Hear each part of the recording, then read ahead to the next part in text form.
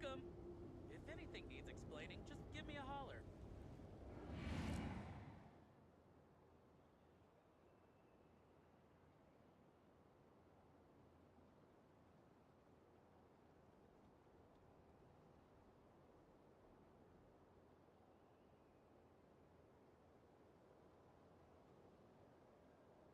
People ought not be so frightened of ghosts.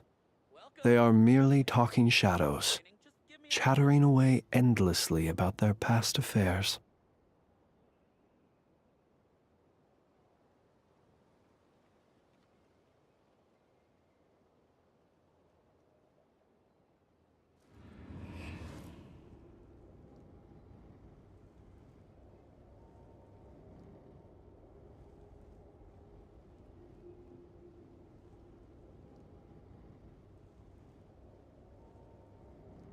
Welcome.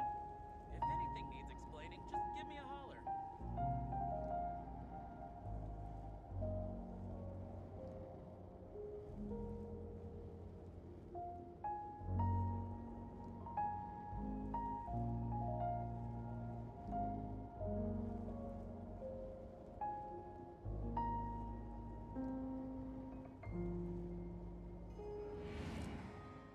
Welcome. If anything needs explaining, just give me a holler.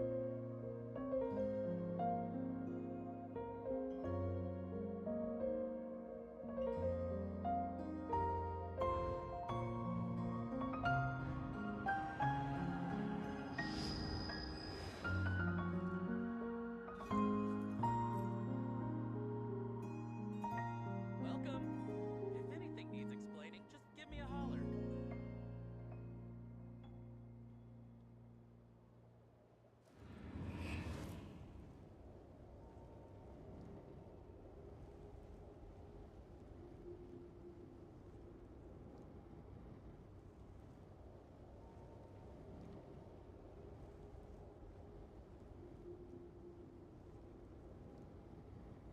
Welcome. If anything needs explaining, just give me a holler.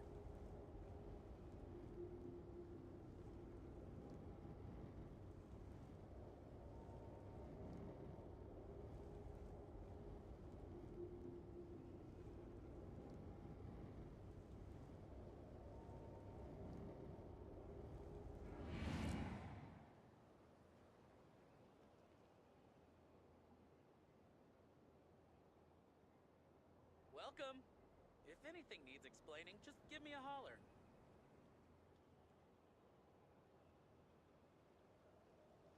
Let us have a modicum of patience for the richness and complexity of humanity.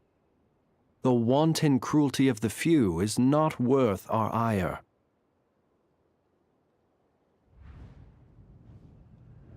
Welcome. If anything needs explaining, just give me a holler.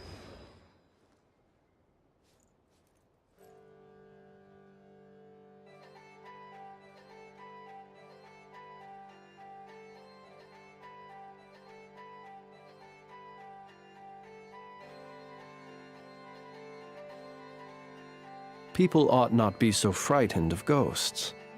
They are merely talking shadows, chattering away endlessly about their past affairs.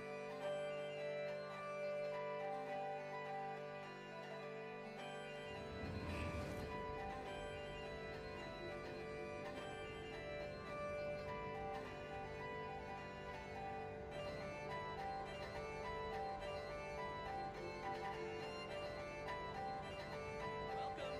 If anything needs explaining, just give me a holler.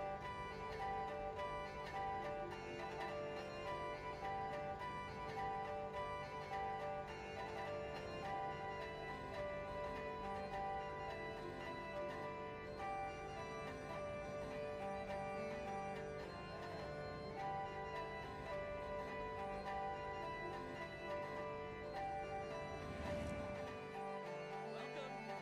If anything needs explaining, just give me a holler.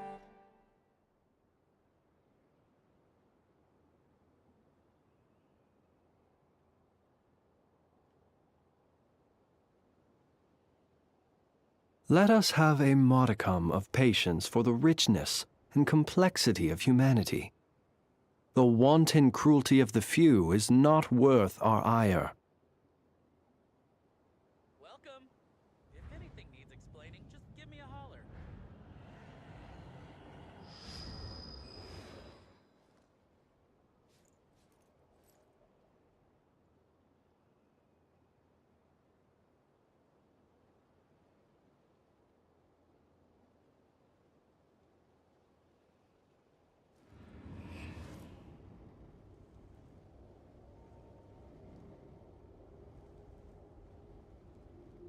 Welcome.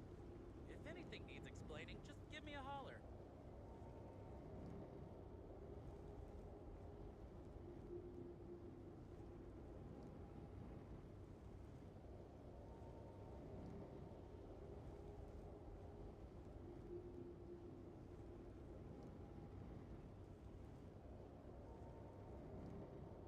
Welcome. If anything needs explaining, just give me a holler.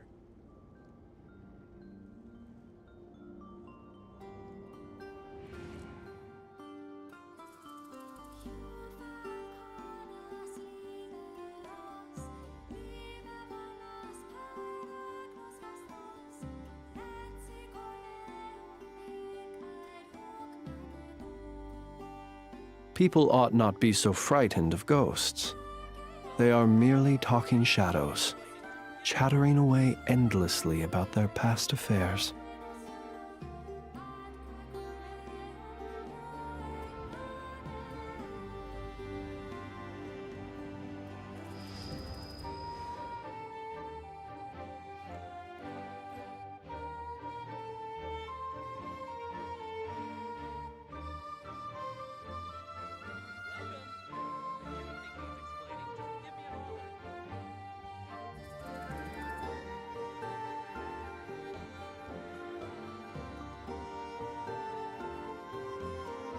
He who wishes to peer into the abyss needs simply to wander through Nodcry on a misty night.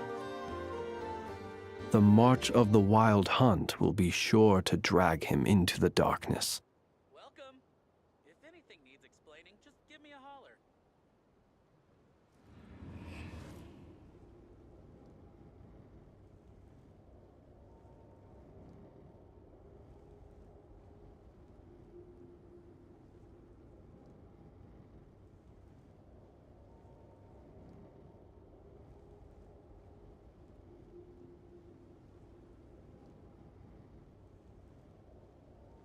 Welcome. If anything needs explaining, just give me a holler.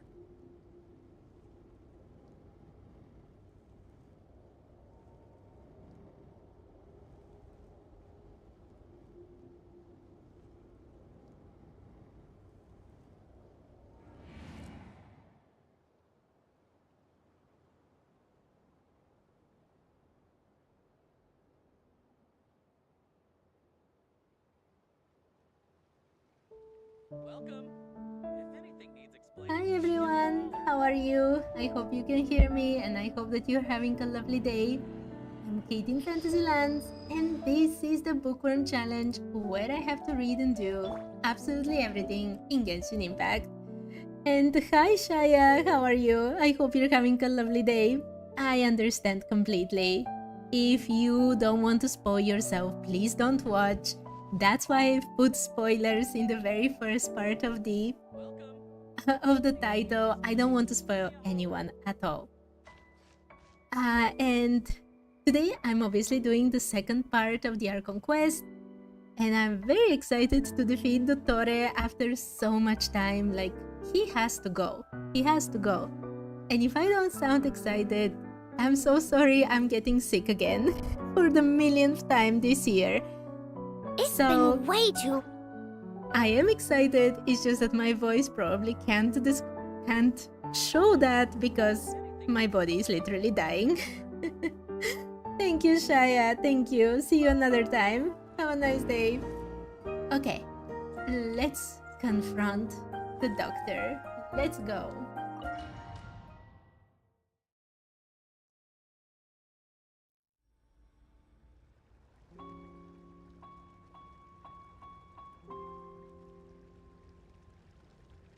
How would you like to experience the thrill of never being held accountable for your actions? You could crush people like ants without consequence, or tear off their heads or limbs as you please. No, Dottore, no. I told you last time as well. I don't even want to be rude to characters in games. You want me to do this? Yeah, hell no. Wait, I never actually checked if you can... Okay. My microphone is working. That is very good. Okay, let's continue.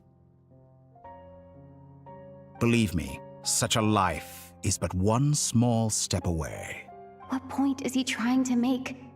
Freedom? But the freedom to kill? To do evil and get away with it? Yeah, you're choosing the wrong audience for this, Dottore. Why would you offer me that? The creation of a world is the ultimate scientific experiment. I have taken my research to the highest level, where I shall be not just a god, but also a servant to many sacred spirits. I shall heed the truth and perform holy deeds. What? I don't trust you for one tiny bit. Heed the truth, yeah, sure. A god's laboratory is the perfect playground. But it needs the right occupant to explore its full potential. Mortals are found everywhere one looks. Not so with Descenders. I'd prefer my first guest to be a distinguished individual such as yourself.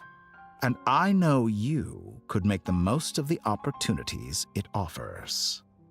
No, thank you. So the condition for entering the new world is to take innocent lives. The same dilemma that Rerir once faced. Could I really bring myself to kill others for my own benefit? Rerir did. And look where it got him. But she doesn't even want that. She just wants to find her brother. Have you made up your mind? Yes, no, thank you. I can't do it. Thank you, Traveler, thank you. Your playground is no place for me. You're putting your hopes in the wrong person. But we both know I'm not quite the hero you say I am either.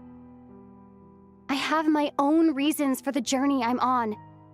And they aren't all selfless. You've grown a lot since we last met.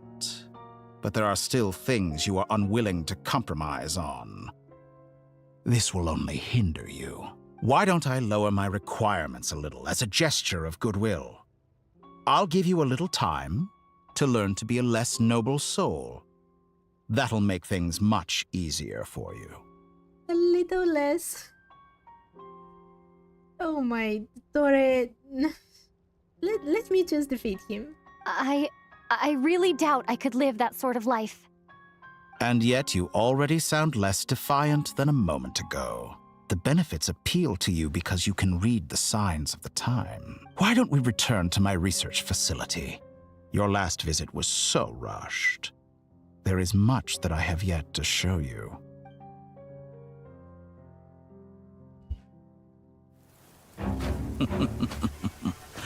Now to that question, Heroes don't attack from behind. Guess I'm no hero. This is most disappointing.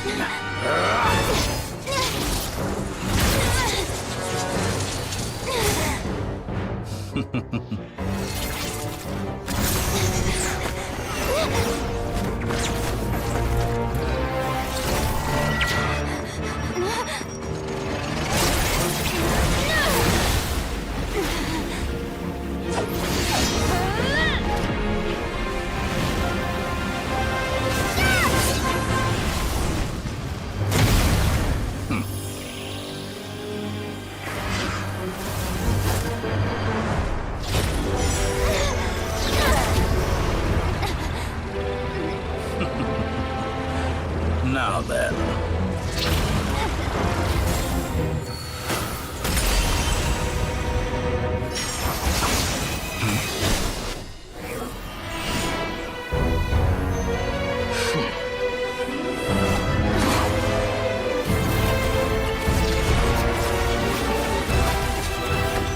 A new face.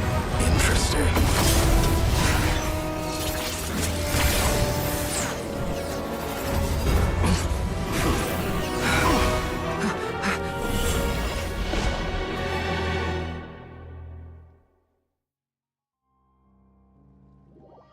Oh my, I so approve. Having him in the back? Yes. For Dottore, yes, yes, yes. Okay.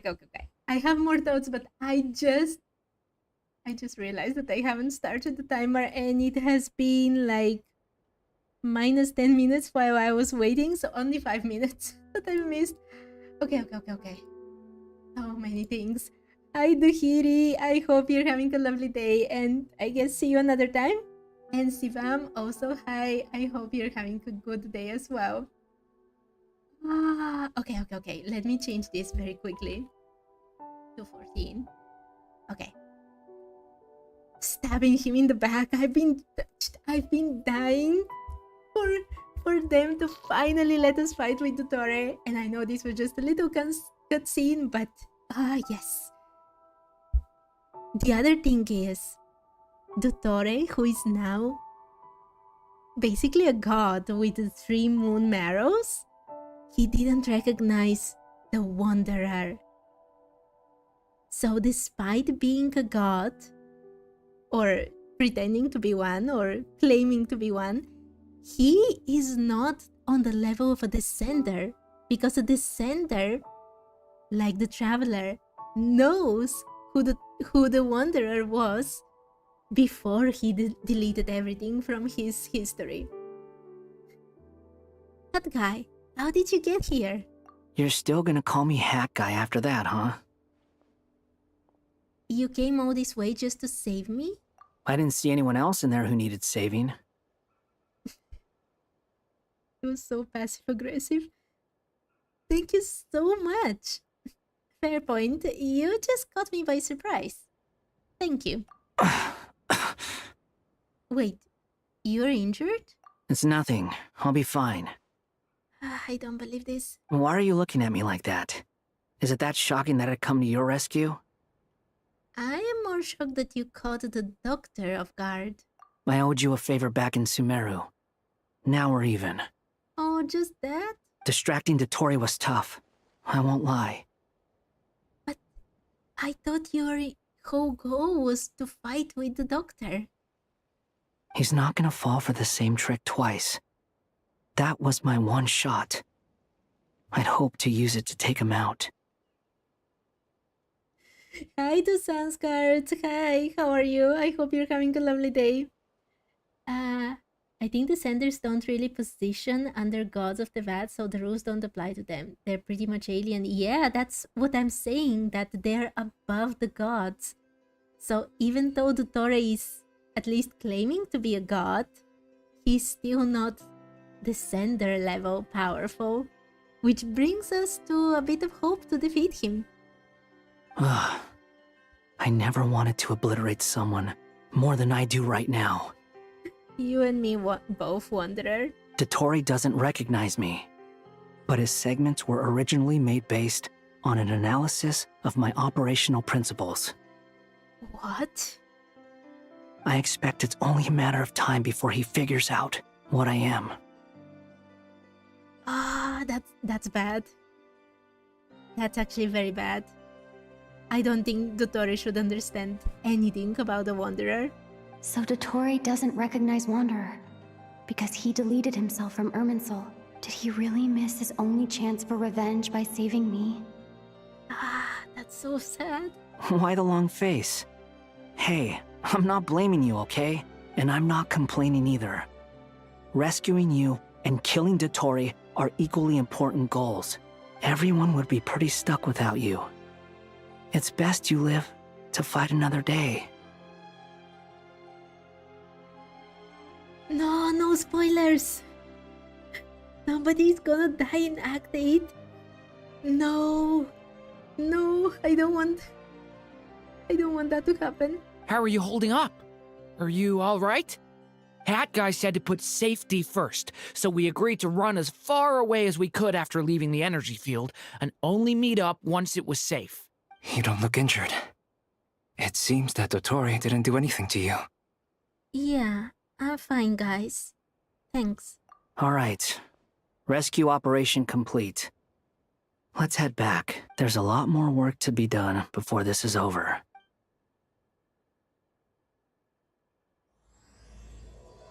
Oh my, didn't change my thumbnail. This is already Act 8. Okay, it's fine. Find a way to make a breakthrough. Let's go. You're hurt. I'm hurt too already. Understood. I will bear the Tsaritsa's decree in mind. Yes, destroy Dottore. I don't see what's so awesome about it, though. Does he really think everyone else is as immature as him? I'm not stooping to Tartaglia's level. I thought you might say that. How's your progress? Quite promising, actually. That alchemist Albedo gave me a few ideas. Remember how I asked you to look up some files for me? That stuff on the Nachtschitzenkreuz Institute. Rene de Petrichor and Jakob Ingold. I'm still very surprised that his name is Ingold, like in Teyvat. Alain Guillotin despised Rene's theories and methods, but he never managed to come up with better alternatives either. So I adopted some of Rene's ideas. Interesting. She didn't like Rene from what we saw in the previous conversations with her, and yet she's now adopting his ideas. You love Sandrone so much. She's quite awesome. I thought Alain was like a father to you. He and Rene were mortal enemies, were they not? And what would you say if Linny and his friends one day learned something useful from someone you utterly detested? I would applaud them for it. That would mean that they have surpassed me. For all we know, Alain Guillotin might have thought the same thing. Not that it matters, though. He's dead, and I'm alive. So it's my call to make. Once you die, it doesn't matter how great you were in life. Only the living get to decide what happens next. Hey, come on out. They're back. Huh?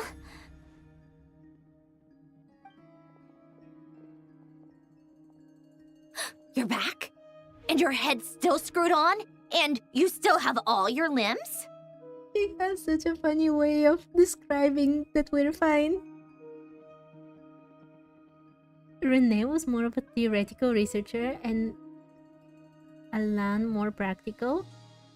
But I think Rene did quite suspicious things.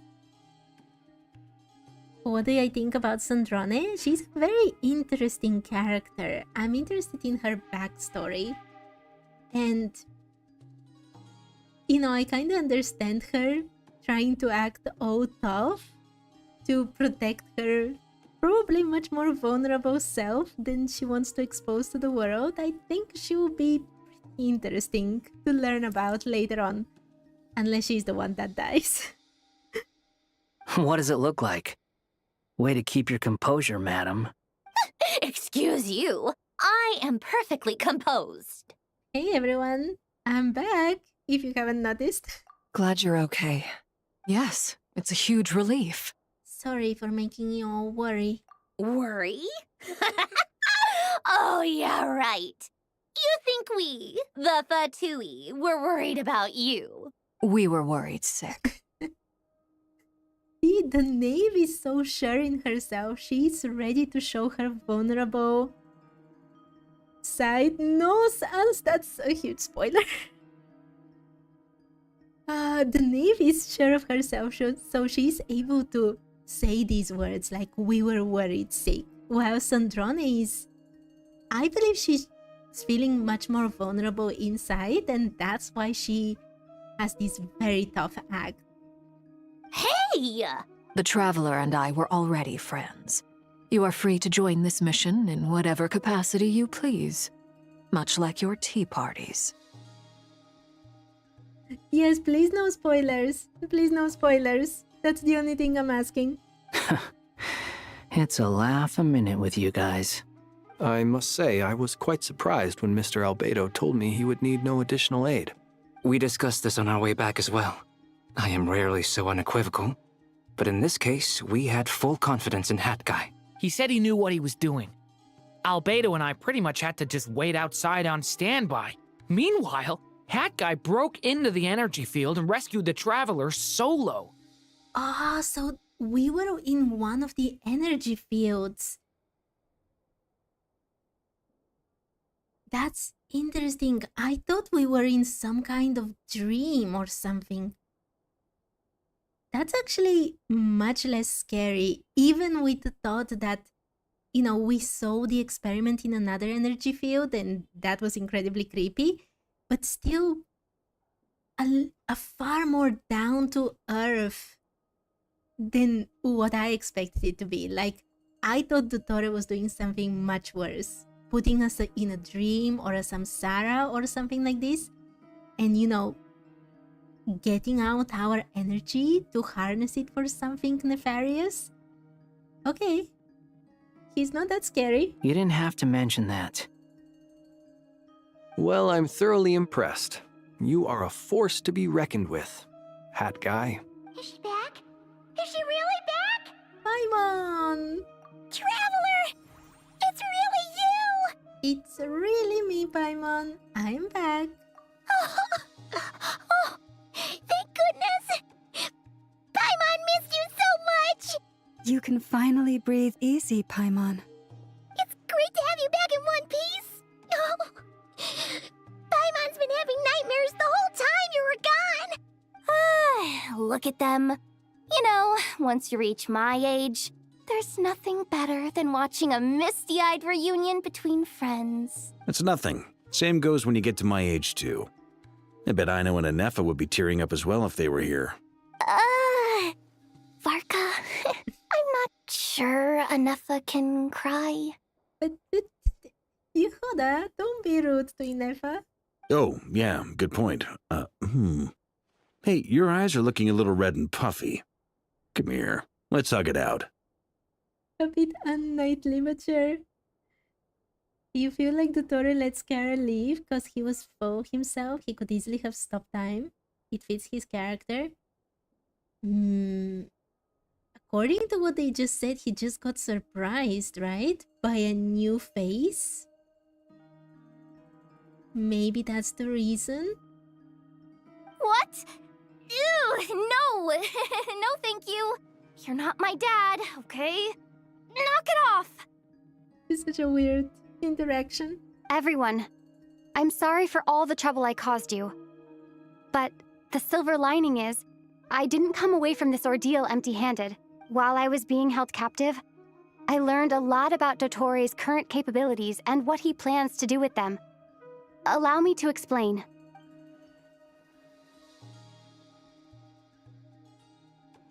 The three moon goddesses were even more powerful than we imagined.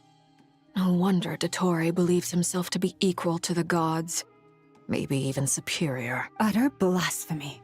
While everyone was gone, Nefer and I made an interesting discovery. And I believe Miss Sandrone has something to share too. Ma'am, perhaps you could do the honors? Sandrone explains Columbina's situation and shares Called the it. findings. Getting rid of a pesky troublemaker like her is like trying to clean up after a crumbly cake. It always comes back to haunt you. Oh, I couldn't read it. I'm sorry. Columbina is alive?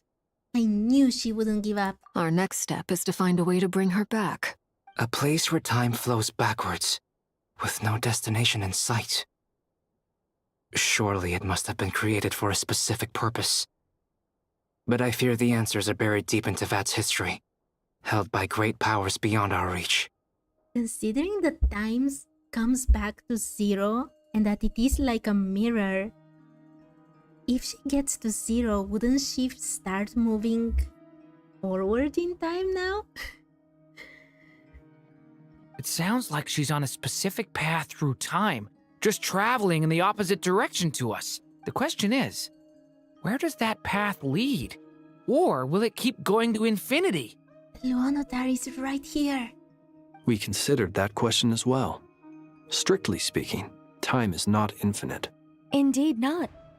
Every road has an end. Nicole! You sure love quietly sneaking in mid-conversation. I do, in fact. It's something I've always done at our mages' tea parties. Quiet, mysterious, and persuasive. You wonder what lies at the end of her road. Well, just as the world has a beginning and an end, so too does time. And so, the end of the road is the moment that Teyvat was born. But where Miss Columbina will end up along this road, that depends on where this particular river of reverse time began. What about the original moons and the moon goddesses? Do they have a beginning too? All things do. In the beginning, no moons adorned the sky. It was the Dragon King Nibelung who raised the 3 moons into the heavens, and thus were the moon goddesses born. Okay, I really like that they started introducing all this lore about the dragons and the moon goddesses and everything else that is usually in books within the main story. But have you noticed that they started repeating the same thing as well a lot of times? Like, just a couple of quests before, we had this whole explanation pretty much word by word. And now again. They were shadows of the planet, born to wield Nibelung's authority and oversee the world on his behalf. They were extensions of his will, manifestations of his majesty. But then one day, they disappeared just as suddenly as they had once been brought into being. Nobody knew where they had gone.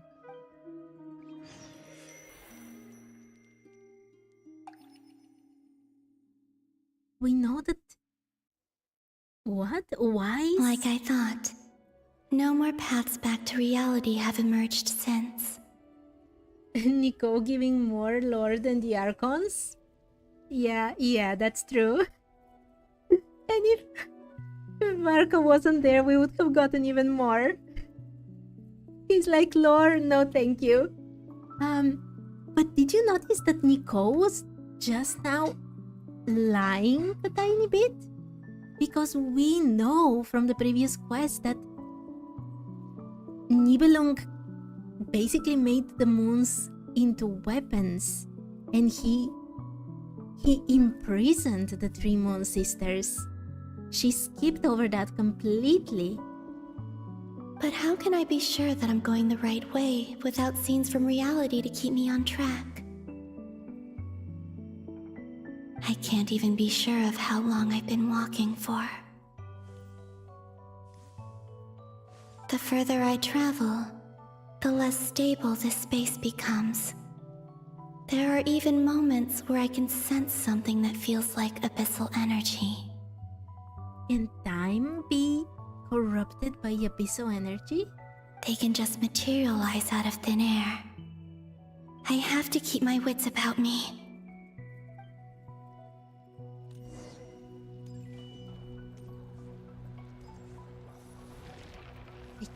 I can't open the quest menu. Interesting. So there is abyssal energy here. I was wondering before if these things were something like this, because they look very strange. But now for sure. Rerir? Is that the Ray here of Solnari? I can't believe he survived. How did he do it? You think only Nefer knows that from the Rerir Archon quest and the 3 moons were imprisoned and so was the Visionary? No, we saw those murals with Nicole. They were all there. I think Lauma was there and the Traveler and Nicole. And Nicole was explaining with those murals what happened to the 3 moon sisters.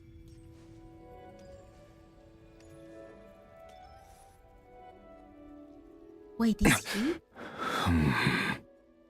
You are the moon goddess. But how?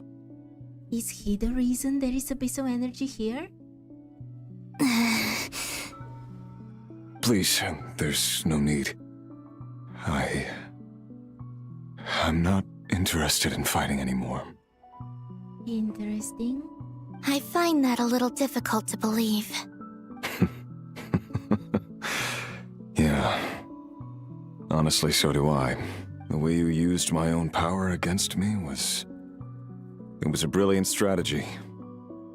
And then, in the final moment before I was thrown into this space, I got to see an old friend. Mr. Dainsleif.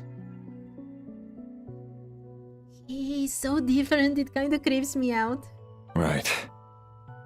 It was so long ago now. But we were friends once. Do you notice that we are on a mirror? You can see their reflections.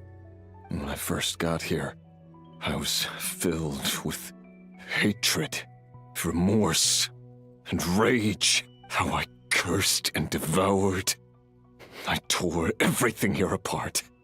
I was consumed by the desire to leave this place and have my vengeance. But to no avail. This is a place with no exit. This is the second time I've entered this space.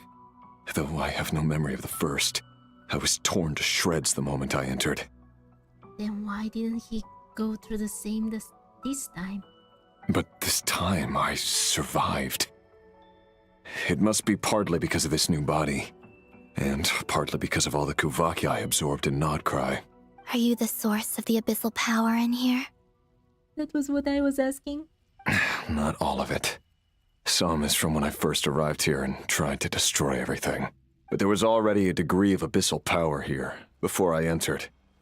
And like a venomous snake baking in the merciless sun, it tried to slither into my shadow. Tried to? So, you rejected it? He rage quit on escaping, yeah, pretty much. Yes. Because after that, the world suddenly became silent for a moment. What do you mean? The voices in my head, they were gone. And then, I saw her. Her? Thelindis. My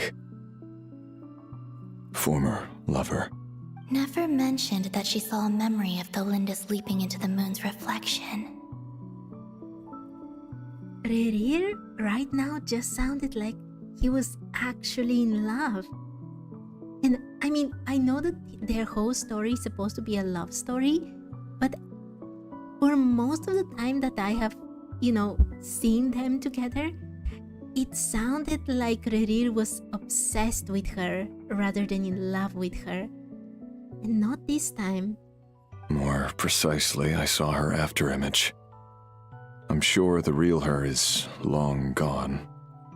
She was just an ordinary Conrian. She couldn't have survived here for very long. See, this sounds like someone in love. Someone who is mourning the person who they loved because they're no longer here. And not the obsessed individual that we saw before. Anyway, why have you come here? Didn't you know it was a dead end? If I hadn't escaped through the moon gate, my friends would have been in far greater danger. Oh, I see. Because of your power. The power of a moon goddess. What? You'd like to know how I know, wouldn't you? Does he know the doctor's plan? The one who resurrected me said so. I could hear a deep lust for power in his voice.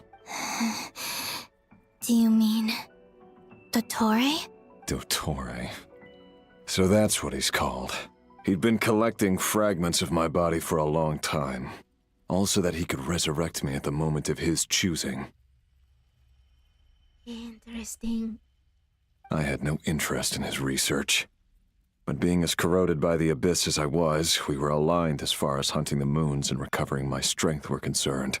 So that's why the Wild Hunt suddenly became so active in Nodcry. When I left the Fatui in my weakened state, Dottore must have felt that his time had come. Moon Goddess, could I ask a favor of you? Oh my, he sounds so changed. But thinking about everything he has done, I don't want her to help him. I'm sorry. I understand how tragic his past is, but the things he has done, they are unforgivable. What? Oh, I know this is a lot to ask, especially from someone who tried to kill you. If you refuse, I won't fight it. But this is the only thing I desire now. Nothing else matters. What do you want? I'd like you to take a message to Thelindis for me. but you yourself said that she's long gone. Does he mean in the past? Thelindis? But... she's going all the way to Canrian time? Yes, she's dead. But like I said, I saw her afterimage. I can sense that some part of her soul remains here. Far, far ahead. why don't you go and speak to her yourself? I can't. I don't know why, but I can't move freely in this space as you can. All I can see is a glimpse of her walking away. Just like the moment when I last saw her in life. In return, I will clear these abyssal obstacles for you. No, not in return. I'll clear them for you. Whether you want to help me or not. It feels like something I ought to do. The situation he was pushed through made him a monster, but that doesn't change the fact that he became one. At the very least, he regrets it. That is something. Yeah. And I know that he accepted the abyssal power much later in time, but what I've been thinking is that probably even before he heard the abyssal voices in his head, he was already corrupted from a much earlier point in time. Like his obsession with Thelindis, his inability to trust the people around him, how easy it was for him to fall into madness when he heard that, well, he basically didn't hear the prophecy that he wanted to hear from the wise. All of these points to me that from a very, very long time ago, he was already corrupted. And that does bring a bit of, I don't know, that he's not entirely responsible for what he unleashed to the world. But I also think that to get into that madness, you also have to have a bit of acceptance for it. Like the abyssal power cannot corrupt you unless you're already predisposed to it. So it's all very complicated. And now he actually sounds normal.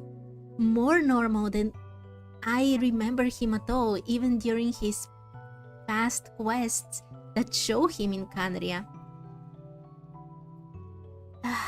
It's complicated. I really don't know what to think about him. But he is, or at least was, a monster, no matter how you look at it. The fact that he's going to help her no matter what, that's a good sign. But one good deed for the sake of so many bad ones? Why? Yeah. Why, indeed. I've been asking myself that question a lot recently. Why did I do the things I did? I'm tired of it all. Tired of the person I became. People used me. And then I turned around and started using others. I hurt a lot of people. I think I grew tired of it long ago. But I wouldn't admit it to myself. And ultimately, that's how I ended up here. What do you wish to tell her? All of it. My past. My mistakes. Everything that happened after we were separated. Wait. I think it was because no one else could relate to his work. Like Dane said he wished he had known what Rerir was going through. The Abyss found a weakness when no one else did and used him.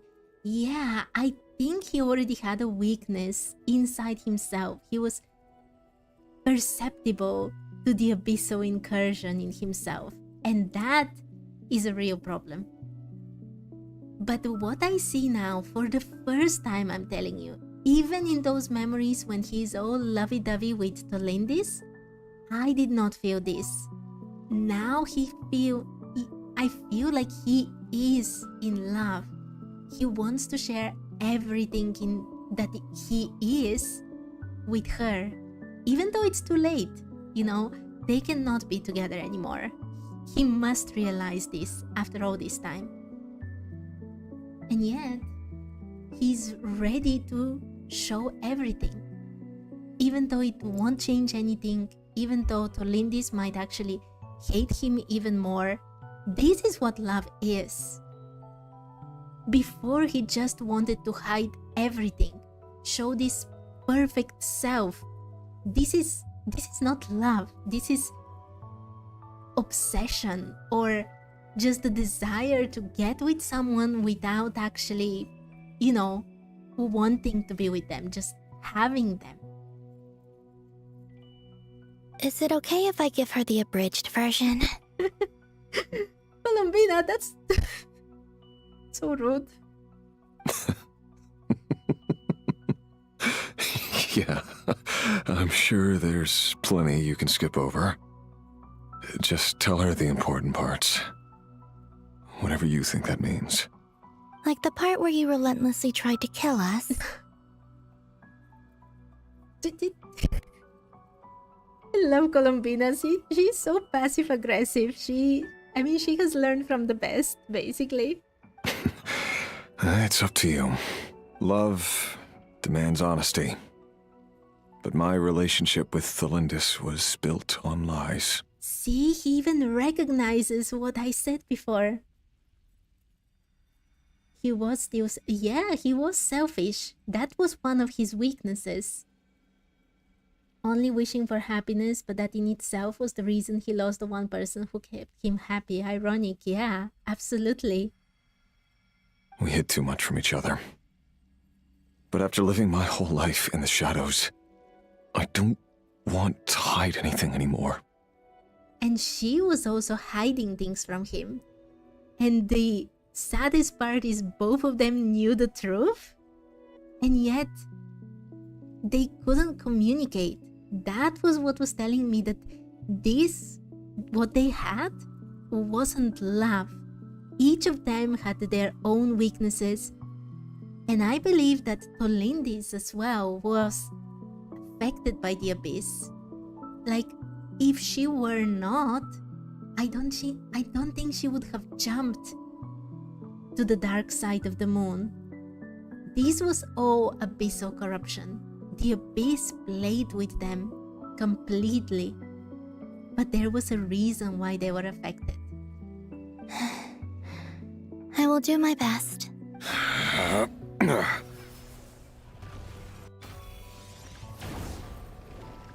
He actually did it.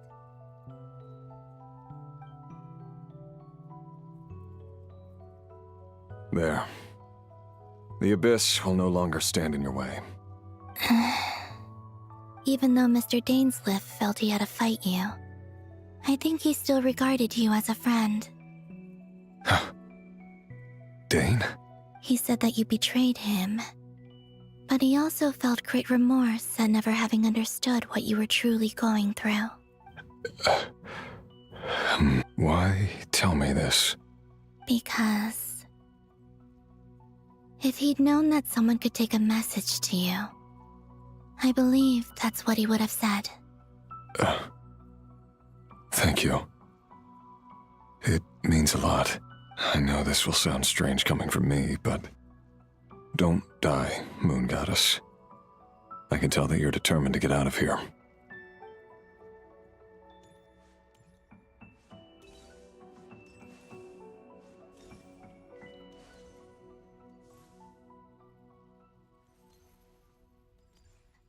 in the end, I think this is a fair ending for him. She's going to take one final message, but ultimately he would never reach Tolendis, and he will be abandoned here for an eternity.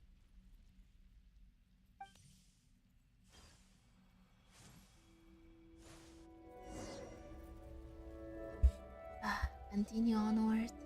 He kept his word. The abyss is no longer obstructing my path. And he's nowhere to be seen. See, even these things became kind of more bluish than purplish. Okay. Columbina's running is so pretty. Also, that's Tolendis. She was so close. Placed her after image.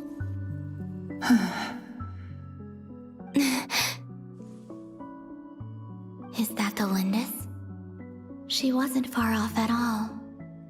And yet, they can never meet. Hello, Miss Tolendis. Who are you? How do you know my name? I've never seen anyone else here before. You can call me Columbina. I promised Rerir that I'd bring a message to you. Rerir? My Rerir? Is he well? She, unlike Rerir, sounds exactly like she sounded before. More of an obsession than love itself. He's doing better than he was. Better than he was, huh? Sounds like he's had a pretty rough time. Others have had a rough time on his account too. In many cases, their time ran out because of him. And I'm not just talking about the children of the Crimson Moon. So, things got worse before they got better. Could you tell me what happened, Miss Columbina? Are you sure you wish to know? Yes. This is my opportunity to learn the truth. No matter how hard it is to hear, I have to know. I admire your courage. However, time is short. I cannot stay here for long.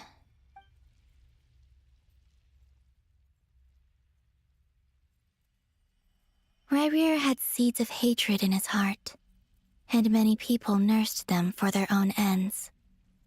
On some level, everything he did was to try and find a way to see you again. But in the end, he came to regret his mistakes. He wanted to apologize for hiding his past from you. Beyond that, he did not say specifically what it was he wished to convey to you, but I'm sure that you've always been on his mind. You are what has kept him going over all these years. I'm sorry, Miss Columbina. This is so upsetting. I'm not sure how to put my feelings into words. It's all right. I understand. Well, that's everything from me. So, I guess I'll be... Wait. One moment. Time flows backwards here. The road ahead only leads further and further into the past. I know. I intend to reach the end of that road. Without a moon marrow, without the 3 moons' power, you won't make it far. Wait, unless... Are you one of the moon goddesses? You could say that. I see. I often think to myself, if life is like a train ride, why haven't I reached the terminus? Where am I even going? A train ride? Did they have trains in Canria? I know this is a strange question, but... And it's not just me. It's this whole place. Wherever it is, it seems like it's existed forever. It's such a mystery. Where is it going? I must seem so ridiculous. I can't answer these basic questions, and yet I jumped right in here without hesitating, only to be torn apart the moment I entered by powerful energy currents. Only my soul remains now. See? She was affected as well. No sane person would have thought of doing this. You were thinking the same thing about trains? It's a weird thing to say, right? Thinking back, I was suddenly overcome with fear and terror in that moment. Perhaps I too became bewitched by the abyss. I may have been the leverage it needed to control Rayrir. Yeah, exactly as I was saying.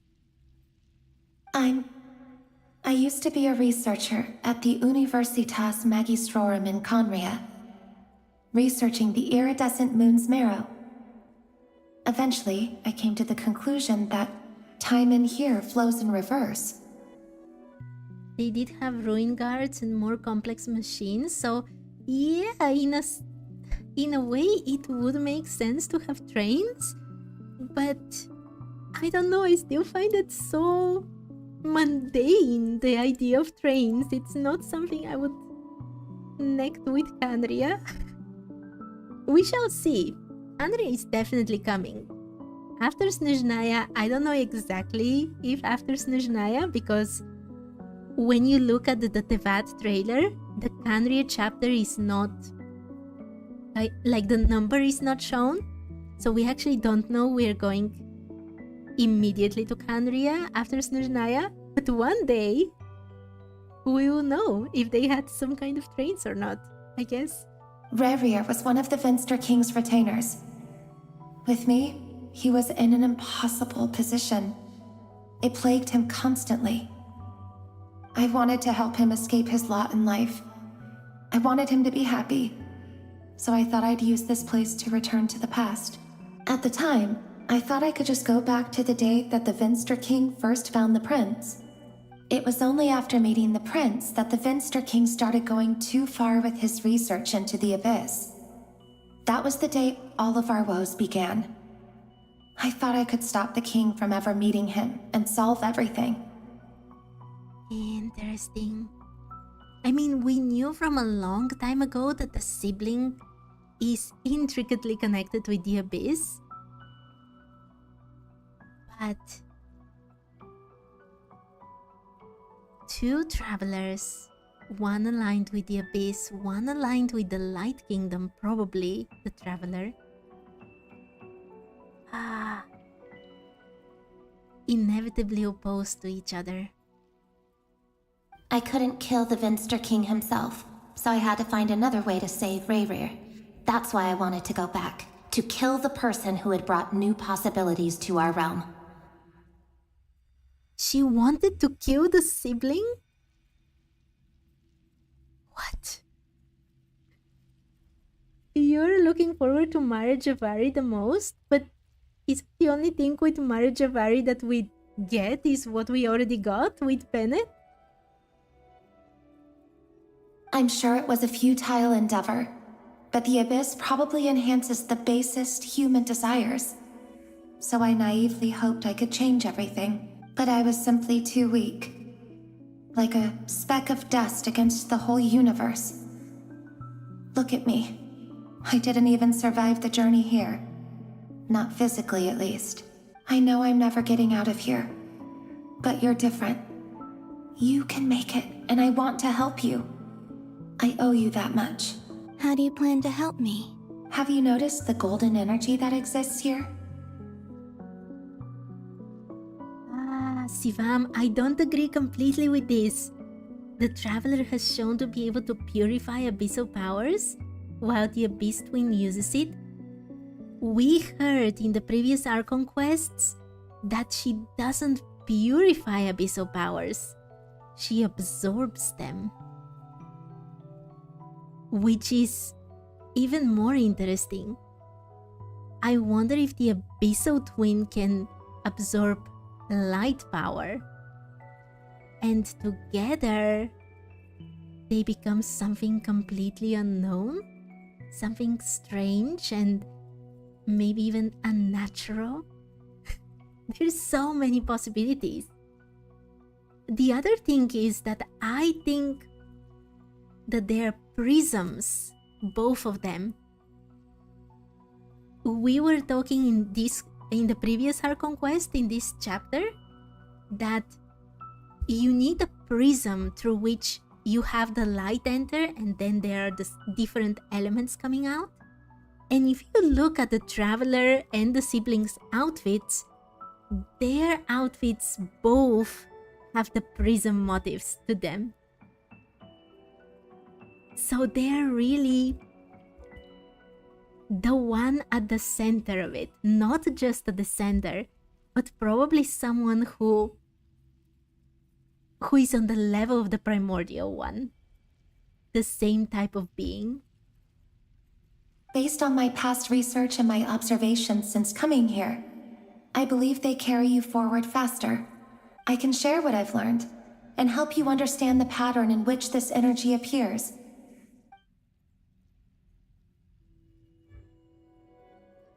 I think you just might...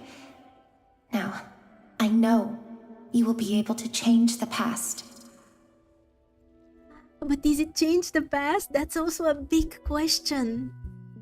If the past has already happened, like we saw with them finding the books, and she doesn't have any other option but to act, but why doesn't she have an option? Is it because she cannot choose anything else but to help at that moment? Her personality, her soul is the one at fault? Or is it because it's already written? So difficult. Also, I've been speculating about where this space ends.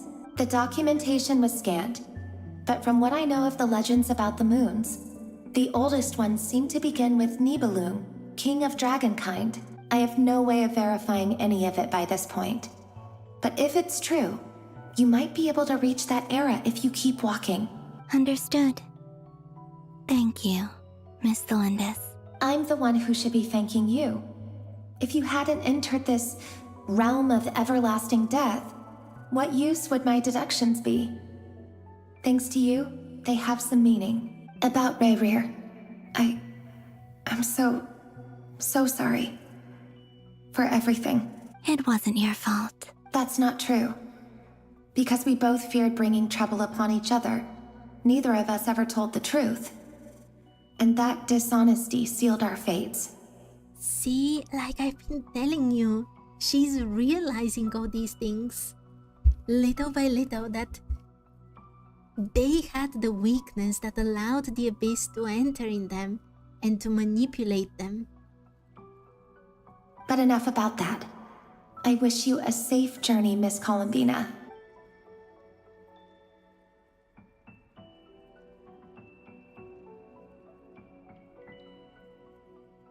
And may the outside world never have to experience pain like this again. Such a beautiful wish and so unrealistic though.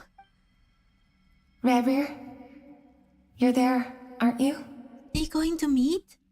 I cannot see you, because you exist in the future. I expect we'll be trapped in this prison of space-time for all eternity. But please, gaze upon the past, and then sit for a while. This is so tragic. Let's find a place to sit down together, just like we did when we first met.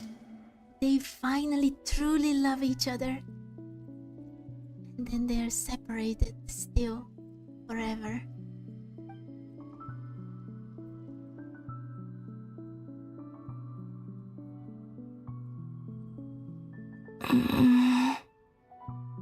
How long have I been walking?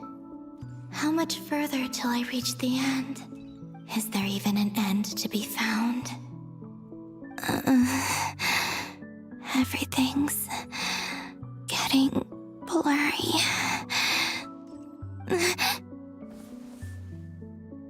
Huh?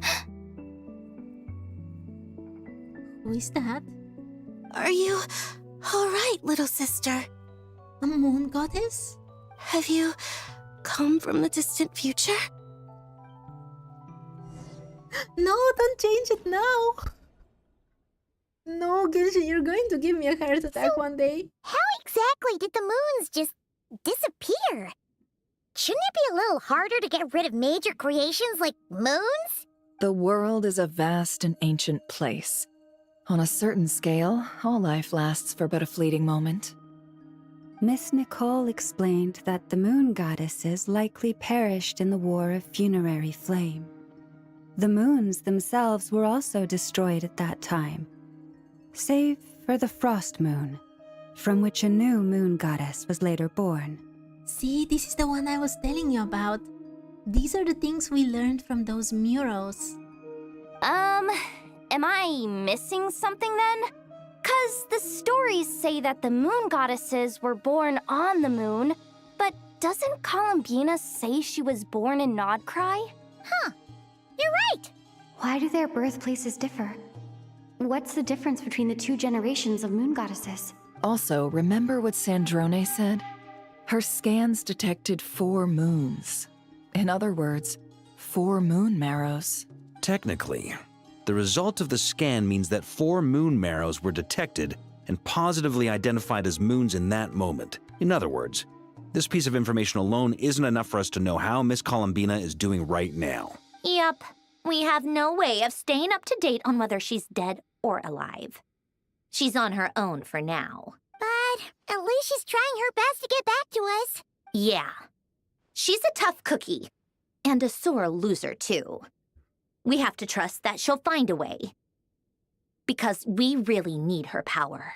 Considering what kind of sore loser Marionette was during the festival, ain't that ironic she's calling Columbina that? As much as it pains me to say it, we've got no chance of beating Dottore in a straight-up fight. He's much too powerful. It wouldn't even be close.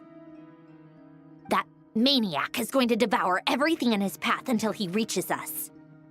We need to find someone or something that can stop him before he does anything worse. I'll be frank. Our only hope of defeating this false god is with a real moon goddess on our side. I'm not just saying this because Columbina's a friend and I want her back safe and sound. It's just the truth. And I know that even she was no match for him when he attacked, but I don't have a better solution. We're not giving up on saving her, whether she can defeat Dottore or not. Right. Don't worry, Miss Sandrone. We're all aligned on saving Columbina. No one's trying to argue that we can only justify saving our friend because it will help save the world. This is about multitasking. We want to save both. It is very nice to hear Llama calling Columbina with that name and not with Kotar anymore, as she promised she would. So, she's more than just a moon goddess to you guys? Absolutely. Duh! She's part of the gang! And you are too, you know. Yes, I know. You don't need to labor the point. I knew that the moment I came running over with my documents that I was part of the in-group. I mean, if Arlecchino can fit in, I certainly can. She's so full of herself, I love it. Anyway, as for how we get Columbina back, I've been working on it constantly. But I think I'm still lacking certain information about the moon. I'd probably get there if I could continue my calculations, but the problem is, I've run out of computing power. Computing power? You mean you need more energy? No, the issue isn't energy, it's processing power. There's so much data to get through that the whole process has just ground to a halt. That's a tricky problem. René de Petrichor of the Nazissenkreuz Ordo once foretold the fate of the world. But I don't know how he did it. My guess is that he used the primordial sea's power. I don't think she's part of the group, she's the emergency food. No, I never call her emergency food. She's definitely one of the party. However, that won't work for me. His methodology was vastly different from my own. What's worse, they're incompatible. And to top it all off, we can't even leave Nodcry. Ugh, this is so annoying. If I'd known we'd run into a bottleneck like this... Well, no, the design bureau's a bust as well. Curse that Dottore! Couldn't have made this harder for me if he tried. Can Inefa help? She should have a lot of computing power, no? Oh, what do we do then? How about we grab a bite to eat and take a break? Maybe something will come to mind after you've cleared your head. You don't get it, do you? I'm trying to calculate the fate of an entire world here. And I need accurate results, not vague prophecies. Where the heck am I gonna find the computing power for that? Anyway, time to shelve the discussion on technical difficulties. Being a killjoy isn't very ladylike, after all. Either way, we've done what we can. Rest well, everyone. Remember to let us know if anything new comes up. Inefa was also the first person that came to mind. Yeah, she's a prime example of someone who can do this, right? Hat guy? Is he hinting that we should talk outside? Let's go somewhere a little more private. You want?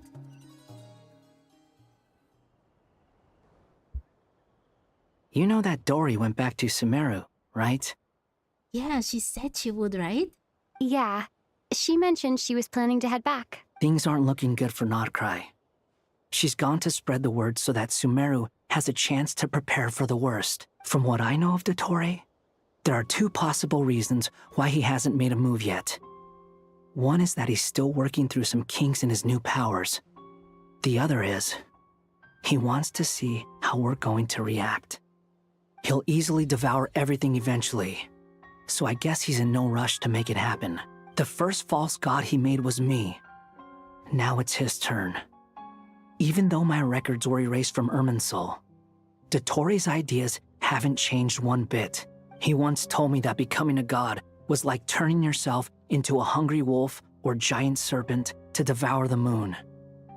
Clearly, he began studying the moon goddess's powers long before he even tried making a god. A hungry wolf or a giant serpent? Serpents are always connected to the dragons. So that makes sense in my opinion, but hungry wolf? Like Rerir? Also, I don't know if you remember this. I remember it only because I replayed it very recently. When you unlock the Imaginarium Theater and you talk with the Wolfie, he is talking about the destruction of the moons. He's always wanted to get his greedy hands on divine authority one way or another. And in the end, he devoured the moon where I failed. In the desert of Sumeru, there is a chessboard built by King Deshret, also known as Al-Ahmar. I don't know if it was a real game, or if he was just trying to challenge his servants and citizens in some way, but creating games and setting rules. Gods do that as a matter of course. That's the kind of power Dottore craves. Do you know who else creates games and sets rules? The witches? All those worlds, like Simulanka, that they create? Now he has the Trilunar Authority. His power is leagues beyond the common people. I don't think there's any point in other nations rushing to the front line. They're better off focusing on defense and hoping they can fend off any threats that spill out from Notcry. Either way, Dory will inform Lesser Lord Kusanali, and she will contact the other gods in turn. The Seven will have some recourse available. If nothing else, their protection should keep the rest of the world from descending into chaos as quickly as Notcry has. That's kinda good, but it doesn't help us at all. So on the bright side, even if Notcry is doomed, your friends in other nations won't be in any immediate peril. That's good to know. But I'm not ready to give up on Notcry yet. There's a word for people who refuse to let anything go. It's called being greedy. Maybe it sounds greedy to you, and probably naive too. But whatever you call it, that's what gives me the determination to keep fighting. Battles are fleeting, but the will to fight is a long-term commitment. Give up for even a moment, and your resolve will shatter. Why do you always feel the need to do the right thing? No one is born to be a savior. I mean, who's gonna criticize you if you fail or give up? Don't take this the wrong way, but Dottore said something similar to me. I guess the Fatui attracts people who don't believe in saviors. Not necessarily. It's less about belief for me. I just want to know how determined you really are. After all, I don't owe anything to anyone else here. Only you. But I thought he wanted just revenge. Isn't that enough? He should hate Dottore's guts. He shouldn't even care, even if he doesn't care anything about Not Cry. He should want his own revenge. You look kinda worried. If your arch-nemesis was about to achieve their ultimate goal, I think you might feel a little worried too. That's true. Dottore is about to become an omniscient, omnipotent deity. That's gotta be a bitter pill to swallow. Still, you're calmer than I expected. Obviously, I have to admit that my past self was a reckless fool who misunderstood not only the point of revenge, but how to achieve it. And as much as I want my vengeance, I know I'm not gonna get it by acting alone. If the world's taught me anything, it's to think before I act. That's actually real progress for him. Too bad it never taught me any other virtues, though. So, I am going to destroy Dottore, no matter what it takes. But he hasn't changed at all. So, what's your plan? I'll get to that. First, tell me, what do you think of Sandrone? Why is everyone asking this question today? Just like Paimon said, she's a friend, part of the gang. How much do you trust her? I do think she's trustworthy. As I said, I think she has a lot of insecurities in her, like a very gentle heart, and that's why she's acting so tough. I don't think she's lying about anything. This is a serious question. Think carefully before you answer. And yet, we have no idea why she's with the Fatui. She seems to be getting a lot of work to do for them. And she was explaining that she has a real reason to be with them, unlike Columbina. Although she's with the Fatui, she has her own values, and she's helped us a lot. If nothing else, she's clearly going the extra mile for Columbina. Yeah. I see no reason not to trust her. If you say so. In that case, the three of us need to talk. I have some thoughts about her computing problem. It can be solved, but it will come with a cost. How much? If I can afford it, I'll cover it. Sometimes your heroism really backs me into a corner. You know that? She agreed to pay that price pretty quickly. She doesn't even know what it is. Come on, let's go talk to her. But let's see. Oh, my Not Cry looks so weird and eerie without anyone. I've gone around and talked with every single NPC here, so I do have like a real connection with many of them. Like right below, normally you would see a couple that is fighting about choosing a place to go for a vacation. And there was also that Fontanian woman that was talking smack about people's clothes in Not Cry. And so many more. And looking at it all empty. It's so strange.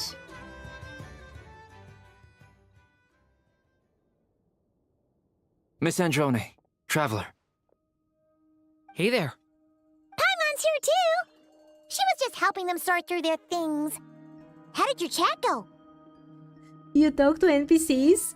Welcome to the Bookworm Challenge, where I have to do it and read, more specifically, absolutely everything. Yes, all the NPC conversations. I've talked with every single NPC in Not Cry. I have talked with many in Mondstadt and in Liyue, but I didn't keep a record when I did it, so I don't know with whom exactly I've talked. Which is very bad, I have to get to that. to just track down everyone and then read the others. But yeah, I have to read everything, every single little thing.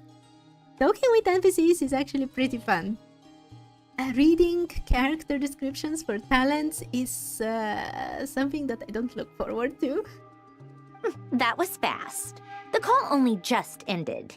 Well, you said it was urgent, so we got here as quickly as we could. Albedo, I have some alchemy questions for you. I see. Looks like my knowledge proved useful after all. Albedo examines Sadrona's notes. If I might ask, what is the end goal for the modified formula you'll be using? I needed to predict the future of the entire world. But I've run into some teething issues since trying to implement Renee's theory of the 4 orthants. Oh, if it were just lore-related reading, it wouldn't have been a challenge. It would have been pretty easy, in my opinion. I mean, long, but easy. And interesting. But I set out for a crazy, crazy challenge, and I read absolutely everything. Even the males, my other arch-nemesis. Okay. I lost the plot of it. I need to predict the future of the entire world. But I've run into some teething issues since trying to implement Renee's theory of the 4 orthants. I see. I'll have a look at it. Still, computing power is the real issue here. How do you plan to solve it? About that, it's been sorted. What? Did they already talk with the Wanderer? Oh, with the Traveler's help? You overestimate me, Albedo. Actually, you're not wrong. She found the person with the solution. Was it Hat Guy? Yeah, it was him. Wow! Go Hat Guy! Seems like all that time studying at the academia is paying off big time. Why are they not saying what the solution is? But where is he? Wasn't he the one who asked Albedo and I to come here? Come with me.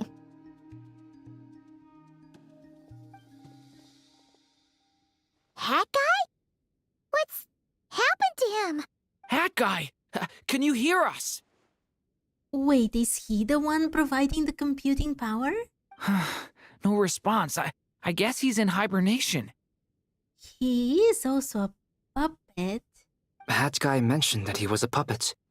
It seems that his functions are currently shut down. I presume this has something to do with the solution to your computing problem. That's right. He and the Traveler came to see me. Wait, what? You have a solution? Would you calm down? Why do you always react so hysterically to everything? Excuse me? How would you know? You shouldn't be so quick to judge complete strangers. It's very bad manners. I love that she doesn't remember him at all. Oh, please. It doesn't take that long to figure out that you have a temper. Where does a mere student get that kind of confidence? I've actually published more papers than you. Not that status counts for much. Even Paimon's applied for academia admission. Oh my, Paimon. Huh? Are you serious? See? This is why I can't be bothered to explain myself. She recognizes no one's skills but her own. Okay, fine. I'll hear you out. So, tell me, how do you propose to solve my computing power problem? This world itself is constantly processing all kinds of information. If it's the world's future you're trying to calculate, you need a processing device that's designed to cope with that volume. Easier said than done. Only Irminsul can handle that kind of... Wait, is that what you're suggesting? But surely we can't just plug my formula directly into the ley lines. He's going to connect with Irminsul again? You should be able to tell that I'm not human, right? Yeah, I noticed. The technology, though, seems pretty ancient. Very different from Pontaine's. It's a completely different system. Conrian, to be precise. I'm what they would have called a puppet. Puppets need an energy source and processing power. The artisans who built them sought out the materials most suited for that purpose. You? Do you mean... The Traveler and I have talked it over. She's willing to vouch for you. So, I'll allow you to borrow my core for your calculations. His computational hub? Now I'm getting scared for the Wanderer as well. It was built using wood from a silver white tree, which makes it a small part of Irminsul. Conrian technology and Irminsul wood. Who in the world could have built you? Wait. I remember. So, I should have known. I completely forgot about this. The Canrians actually used Irminsul wood for things. I was so surprised when it was Rerir. He was basically going, oh, by Irminsul, how could this happen? Or something like this. I don't remember the exact words. And I was like, did Canrians even know about Irminsul? I was so stupid. But what were they doing with Irminsul? Aside from making these computational cores? Are you sure about this? A puppet without its core will cease functioning completely. And if it's left in that state for too long, it might not recover. You could die if you do this. You do realize that, don't you? That's why I'm worried. Also, how did Canrians gain access to Irminsul? It's not so easy to go there. Oh my, they had the moon marrow from Iridescent Moon? They had abyssal powers? A way to get into Irminsul? Just how powerful are they? Yeah, it was A who built the Wanderer, but she built it using Canrian technology. That's the whole point. I can put 2 and 2 together, yes. No need to rub it in. I won't lie to you. This has never been done before. I cannot guarantee your safety. Doesn't matter. I'm prepared for the worst. Did you two actually talk this through? Is he... Are we really considering this? The Marionette is considerate of others. We already know that she cares deeply for the people who work with her, and even the ones that were under tutore and she had to save them. And now even for someone she has no real connection with. So I don't think she's a bad person. Yes, we discussed it. The bottom line is, he trusts me and I trust you. Let's give it a shot, shall we? Honestly, I have no clue where this kid even came from. But for whatever reason, he lent me his core to use in my formula. I'm very close to finishing my calculations now, and the core is currently in use. So I'm sorry, but I can only show you a sketch right now. This is what the core looks like. Interesting. It's supposed to be made from a branch, but it looks almost like a fruit of it. A silver white branch. It certainly matches the legends told about Irminsul. Is Hat Guy gonna be okay? He's not gonna die, right? Right? In theory, he should be fine. As long as we put his core back in time. And how much time do we have? Beyond that, all I can say is that I'll try my best to avoid risk and make sure the core doesn't sustain any damage. I think I know why you called us here now. Someone needs to watch over his body and make sure it's protected until the process completes. Correct. He said that the only ones he trusts here are you two, and the Traveler. And the Traveler will have other work to do. Look after Hat Guy for me. He will have our undivided attention. Aww, Hat Guy. On a more positive note, things are progressing steadily on my end. I'll call everyone in for a meeting once the results are out. Sandrone returns to her initial question. She and Albedo enter an in-depth discussion. You Paimon and Durin stand next to Hadgai, keeping watch over his silent body. You've never seen him in this state before. The worst case scenario with the core removal is either a system reset or a total loss of function. But I'm not afraid. A quiet death should have been my fate long ago. A core is completely different from a heart.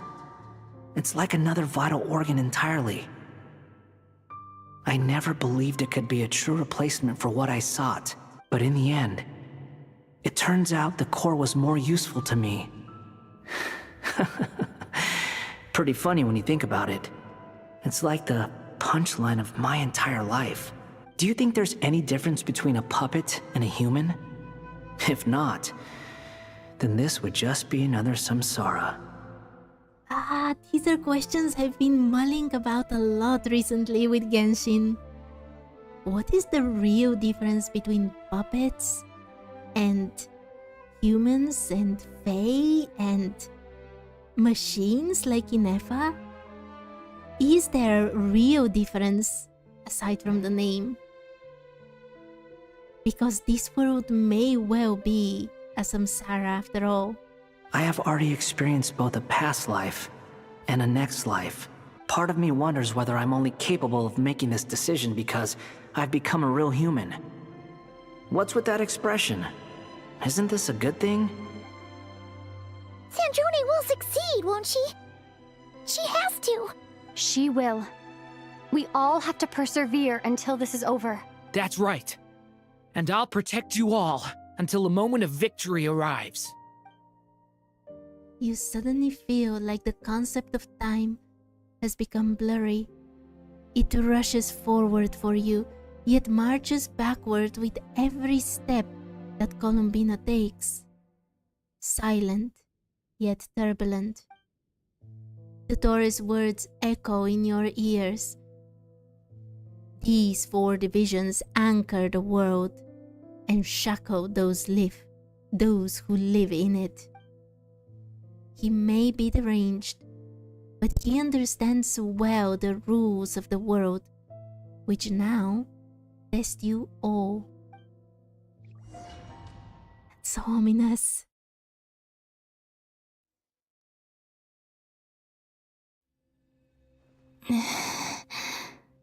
Who are you? I completely forgot we left with the moon goddess.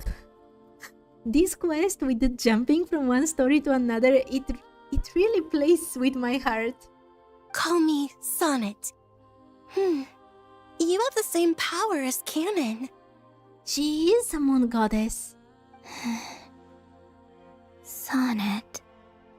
So, you're the goddess of the iridescent moon? Oh, goodness! You recognize me? Well then, what's your name? So that's how she looked before her moon got destroyed. Columbina. Columbina Hyposelenia. Hyposelenia? What a lovely name. Did you choose it yourself? Her design is so pretty. It was a joint effort between me and my friends. Friends?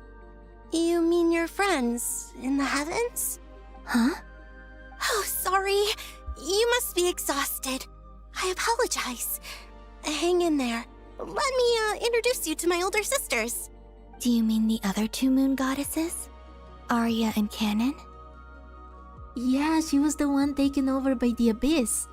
The one that was too scared to die, so she accepted that power, only to be strung, her dead body put into that illusion that she was still whole. And this is again the abyss manipulating those who have even the tiniest weakness to them. Wow, you sure know a lot. Hey, does that mean that our story goes on into the future? Oh, you don't want to know the future? Oh, I guess that wasn't the best question to ask. It's alright. We were prepared for that possibility. You could say we were too prepared. I can't even remember how long my sisters and I have been here by this point. When did you get here? How long has it been? I can't say for sure, but it feels like it's been forever. I see. Are you feeling all right? You look a little unwell. I can hold out a while longer. I would love if Genshin has more designs with this flowing faux skirt. It looks so ethereal and pretty. We don't have far to go.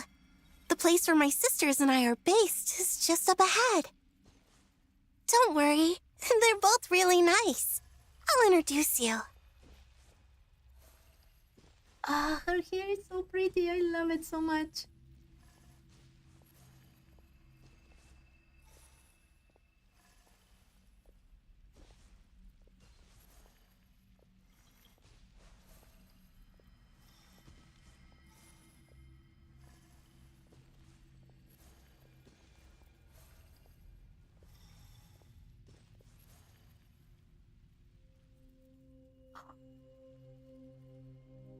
Sisters! I'm back! And look who I've brought with me! That design was so Layla-like.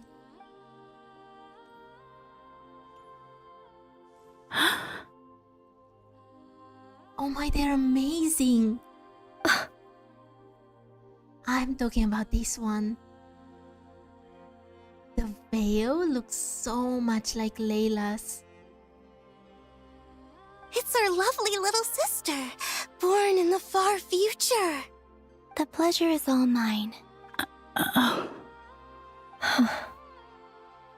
Allow me to introduce you to Columbina Hyposelenia.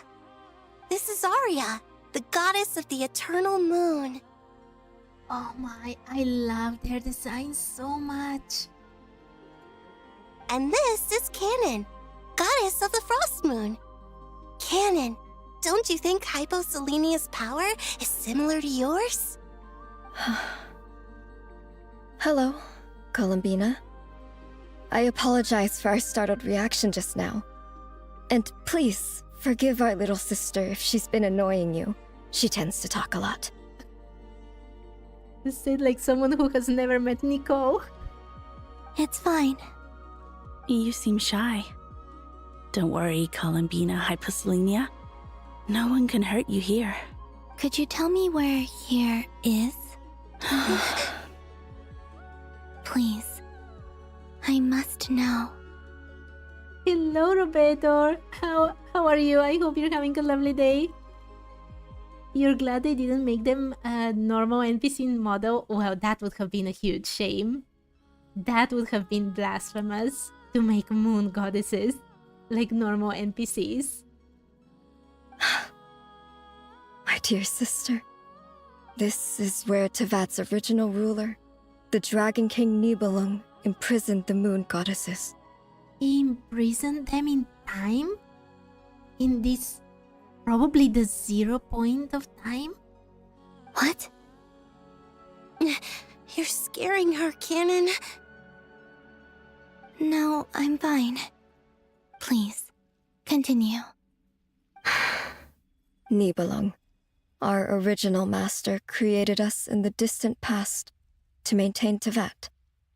But he left this world and traveled into the dark universe beyond, to explore worlds vaster still. Day and night, we fulfilled our duty in the heavens, until the day that the first descender arrived. The great ruler of the firmament. The heavenly principles. Is that what later generations call them? I see. But we did not reject them at first, nor did they seem to harbor ill intent towards this world. We coexisted in peace. They were like a guest in our home. Slowly, however, we came to realize that our guest had a growing desire to change and dominate the world. And you didn't stop it? No. There was an order to the rules they set up that Nibelung never taught us. We wanted to know if this order would bode good or ill for Teyvat. All right. Canon and I wanted to know. Sonnet was against it from the outset. Interesting. Later, we discovered that this great ruler of the firmament bore an almost paranoid hostility toward the desire of certain life forms to seek power. Or perhaps they feared them. Paranoid hostility? With all the rules that are set on Teyvat, I can see that, to be honest. They would even cast down celestial nails as manifestations of their power, to punish the civilizations of the world below. All the nails we've been seeing around Teyvat. Only this was far beyond mere punishment. Right. Their rules brought order, but the price people paid for merely testing the limits of those rules was far too great. I did everything in my power to help the punished escape catastrophe, but still, too many lives were lost. I don't know if you noticed this, but these are the flowers that we see in Inazuma again. The one in Chihui Forest. They've appeared in several places in Notcry as well. Specifically in that domain where Lauma takes us in the very beginning of Notcry's quests. The ancestors of the Frost Moon Scions were some of the ones you helped. But just when we had decided to take countermeasures, the Dragon King, Nibelung, returned. And so began the War of Funerary Flame. So, that's the name the world gave that war in the future. Well, who won in the end? As far as I know, the Heavenly Principles won, although it came at a great cost. They remained in Teyvat, where they continue to rule to this day, and the world's original master, the Dragon King Nibelung, was destroyed. Then what of the moons? Are there still 3 moons in Teyvat's skies? Don't tell them. Don't tell them. You can tell us the truth, Columbina. We know we are but remnants of a bygone age. We are prepared for the answer. Only the Frost Moon remains. But it has been cast beyond the false firmament by the Heavenly Principles. The eternal and iridescent moons were both shattered during the war. So death finally came for us in the end. Sonnet. But you're still here, aren't you? A moon goddess cannot live without her moon, Columbina. She's right. That's why I began to disappear. Because the Frost Moon is cut off by the false sky. How much worse it would have been if it were outright destroyed. Our souls may endure within this lunar palace, but if our moons are destroyed... What does she mean by this lunar palace? Just a prison that was created for them? In this space? Then we shall disappear the moment we depart from it. I'm sorry. There's no need to apologize to us, dear sister. If anything, we owe the world an apology. If only we'd decided to act sooner, rather than arguing amongst ourselves. All the more reason not to spend this time in regret and repentance. Instead, we should focus our efforts on how we might help our future sister. Sorry? Don't you see, Columbina, your story is not yet over. Is that not why you are here? No. It's done. Initiate numerological array. Continue running primary process. Calculate the world's fate through extrapolation. And identify nodes of potential change. Secondary process? Scan for moons. Still 4. The number of moon marrows hasn't changed. Wait, let me think. Is it possible that there's something I've been misunderstanding about the moons all along? Variables. Variables in the world. I know where potential variables within the world come from. So what about the moons? Are there any variables there? Like their life or death, for instance. What if being alive or dead makes no difference to a moon? What does she mean by that? Like the iridescent moon kind of suspended in a life and death state like what we saw? But that's so strange. Even immortal gods can die. Why would the moons alone be... Wait! I've got it! If alive or dead is considered a variable, we might have had this wrong the whole time. No one ever said that a moon marrow equals a living moon. We just made that assumption ourselves. What?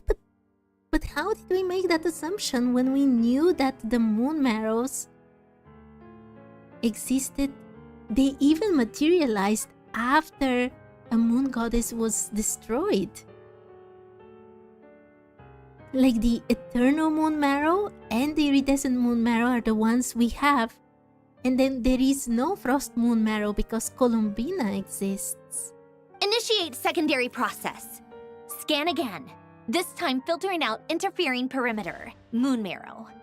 I don't care if they're natural or artificial. Get them out of my search results! Why? It says 3 moons still exist in Teyvat, even after excluding the moon marrows. But we know for a fact that 2 of them are dead. Redo the scan. Narrow the results to living moons and real moons. No, scrap that. Narrow it down to moons that have lunar authority and remain alive. Why? Why is it still 3? Because they exist in that space. But why would it be 3 if it's the 4 that exist in that space now? I'm so confused. What is this, Columbina? Has the world lied to us? Or are you the one pulling the wool over our eyes?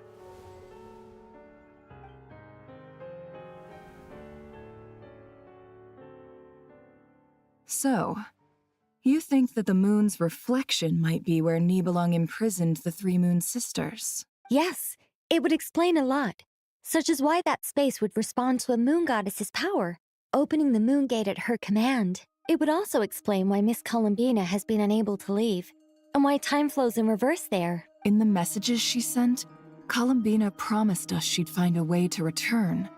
But we have no way of knowing how, when, or where this might happen. The fact that she still has yet to reappear in this world indicates that returning from that place is no easy feat. We cannot afford to simply wait for her. So you're saying, if she could return by her own power alone, she would have done so long ago? Yes. She certainly wouldn't leave it to this late stage when it's so touch and go. I've been giving this some thought, and I've come to believe that Luana's harm might be an anchor that she left behind, as a sort of future waypoint. Nicole solved it? This could also explain why Luana's heart is always by the traveler's side. Sounds like a plausible theory. If that's the case, there must be some criteria we need to fulfill to allow Columbina to return to the present. The question is, what could they be? Dodoko. Hello? Listen up! This is extremely important! Sandrone frantically relays her great discovery. Next, Nefer and Nicole present their hypothesis. As this impossible mystery finally starts to unravel Not something. only is Columbina alive, but she may well exist in a form unimaginable to us. I'm still unclear on the details, but she's done something truly inconceivable in the past. And the clue to what she's done lies in the moon and Teyvat sky. In Teyvat sky? The false moon? Truly amazing. Oh, I'm so delighted for her. I'm sure we all feel the same. And I'm sure Columbina is ready to get back here and fight by our side. I'll keep my calculations going and try to find some way of coordinating with her. But that's not an excuse for everyone else to slack off, okay? All of you had better keep trying to think of solutions. How can the dead moon still live? And Luanatar...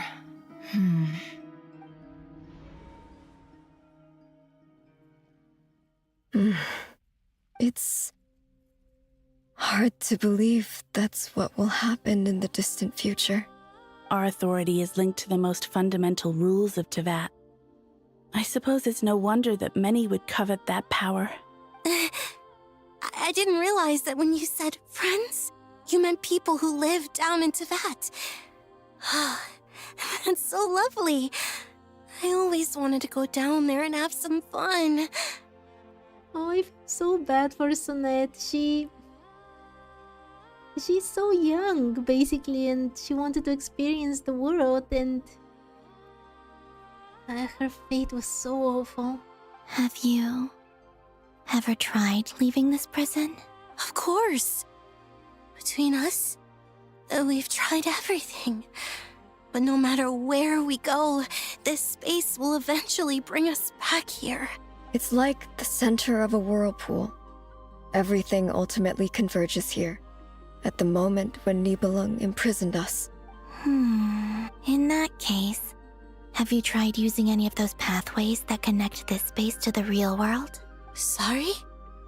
What are those? They're passages through which you can make small-scale changes to reality by using Kuvaki. Or am I the only one who can use those passages? Because part of my soul remains in reality. Kuvaki. What is that?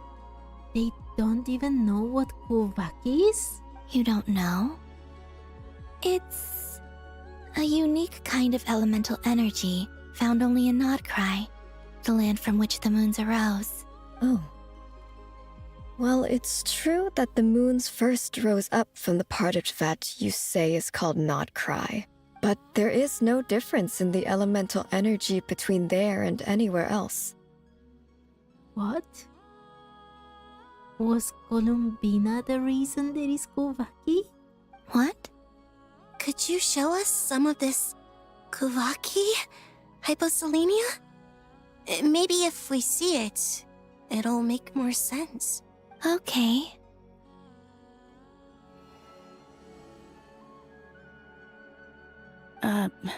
Isn't that just your power? What? But it's everywhere in Nodcry. In the air, in the land. Even the creatures who live there have adapted to its influence. How curious. This Kuvaki certainly did not exist anywhere in the world before we were imprisoned. Let alone influence living creatures. So, how exactly does it affect them anyway? Can they float in the air like us? This is so strange. Why would their reality differ so much from mine? Columbina, you're looking for more than just a way out of here, aren't you? Yes. If I am to help my friends, I will need tri-lunar authority on par with that of our foe. You mean... you'll need our power? This sounds extremely risky. The three moons' powers are not mutually compatible. Concentrating them into one goddess will be a very painful process. And if anything goes wrong, it could tear you to pieces. I'm starting to get worried for a lot of characters. I know. But I'm willing to take that risk. Even so, let's say we successfully transfer our authority to you. How will you take it outside this prison? Nibelung constructed this realm specifically to prevent us from using our powers to interfere in his war. No moon goddess can leave this place alive. What if I don't leave alive? Can you please be alive?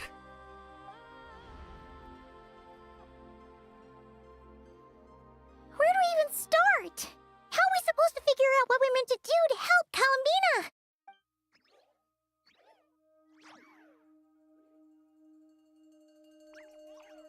Columbina, what do you need from us?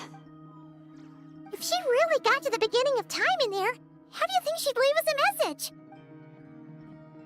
You don't think she'd write it down on a stone tablet somewhere in the hopes that we'd find it, do you? Seems unlikely. Columbina may not talk a lot, but she thinks deeply about issues like this. Let's review what we know. This is the Columbina who fought alongside us against the Reikir of Solnari, and with whom we celebrated Moon Prayer Night.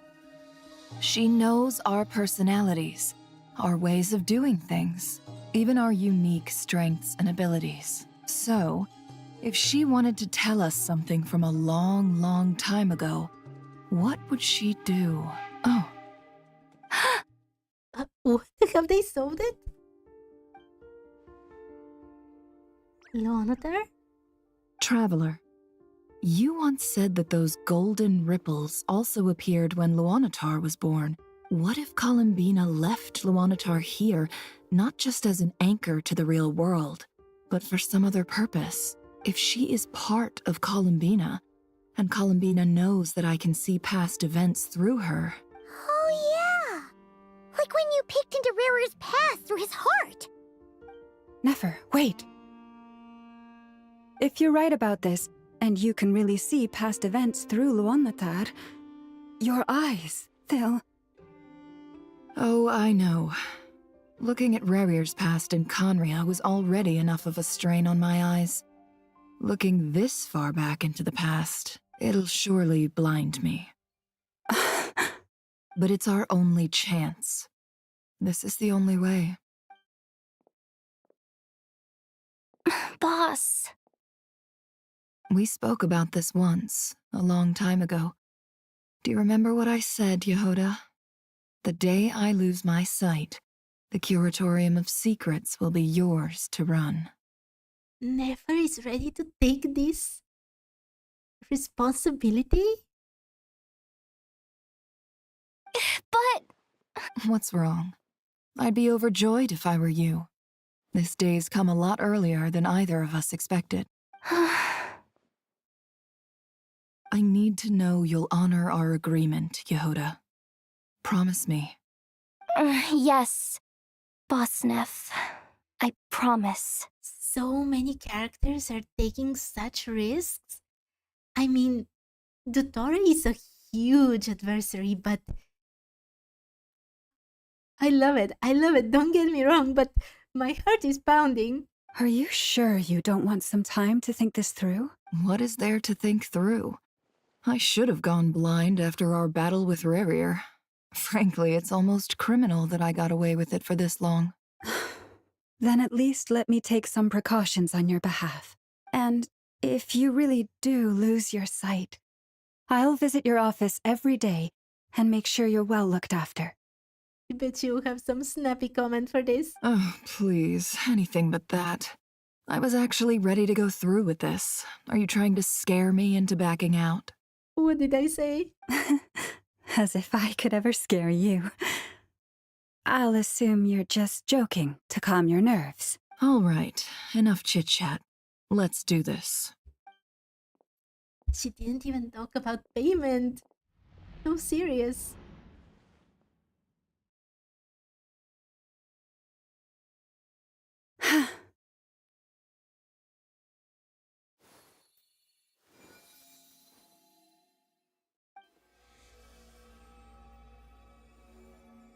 All done. Good. Now give me some space. Come on then, little one. Show me what happened in the past.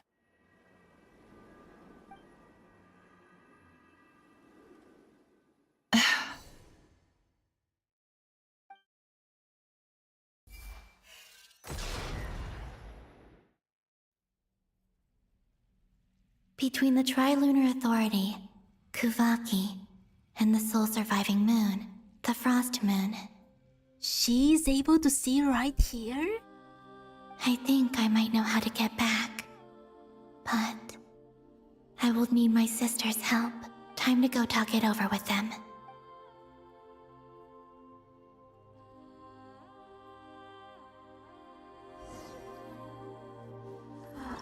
Oh, I can finally read it.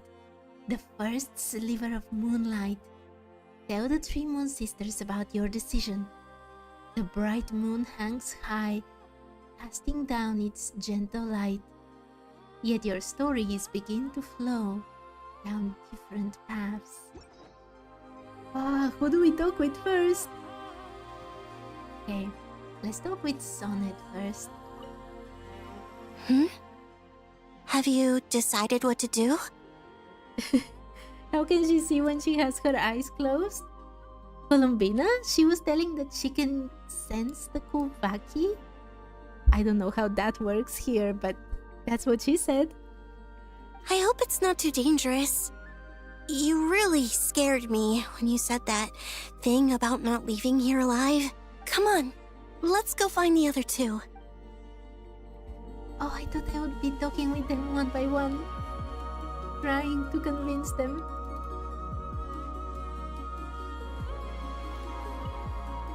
It seems you have reached a decision. I'm all ears. What do you propose?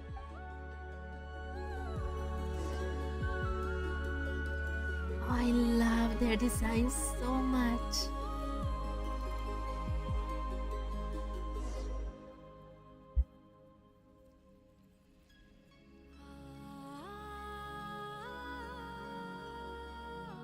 Have you figured it out, Columbina? Tell us. How do you plan to leave this place? I intend to die here, in this moment, and then be reborn in the future with the help of my friends. What? What are you saying? How can the dead be reborn? And how will you inform these future friends of your plans? You can't exactly leave oracles. Nothing can escape this place. Not a single ray of moonlight. And even if you found a way, what if they never find the message you left for them? You'll... No, that won't happen. Come again? They will find my message. I'm sure of it. I'm not following. How exactly will you achieve this? It's quite simple, really. First, I will leave my soul here.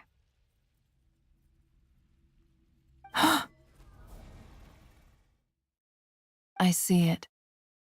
Your soul? You mean you're a divinity? Yes. I once left a portion of my soul in the future. One so small that this prison barely noticed anything. In this very moment, she can resonate with my soul across time.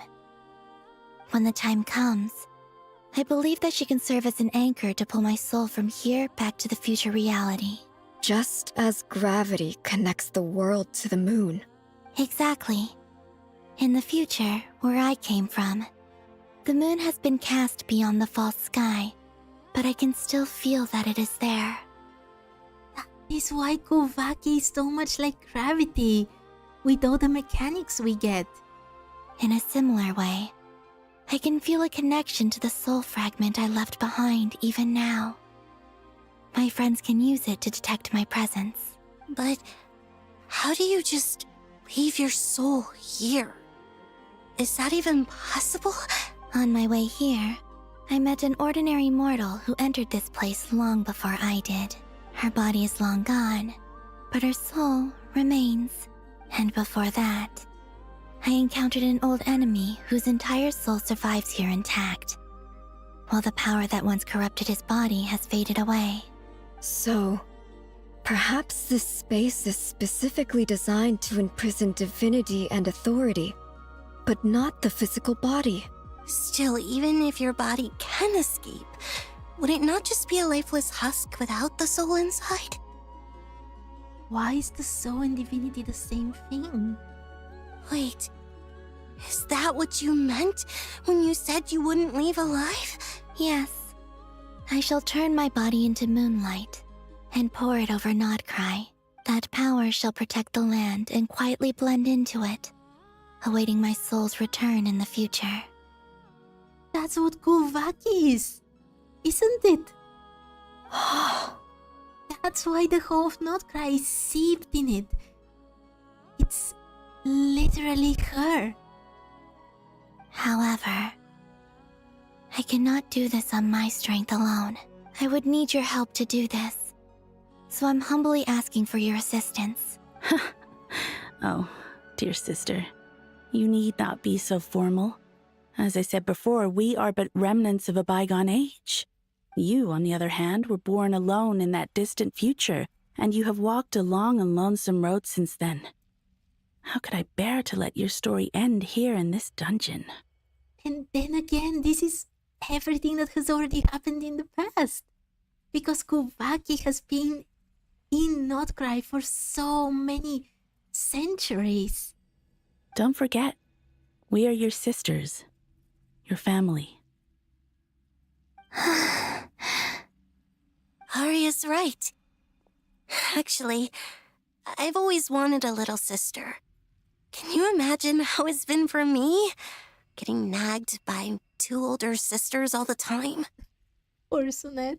Now, I finally get to be the big sis. And not just that, but I get to help you return to your world, too. How could I say no to that? Sonnet. Canon? I'm sorry. I know this is a bold request. The Frost Moon is rightfully yours, and it remains intact. Oh, no, please. Don't misunderstand me, Columbina. I was just thinking back on the years that the 3 of us once spent together. You cannot imagine how happy I am to hear of the future world you describe. The Frost Moon Scions, your lovely, kindly friends. For the 3 of us, whose purpose in life was to maintain the peace in Teyvat, it is a great relief to know that the people of this world live in such an abundant future. If your plan can save them, and save Notcry, I will gladly give you all that I can. Besides, the 3 of us have been together since the day we were born. I could never abandon them to live on alone without them. Canon. Still, I do have one question I would like to ask you before we proceed. Certainly. What is it? Why do you cover your eyes? Do not look at the false moon, right?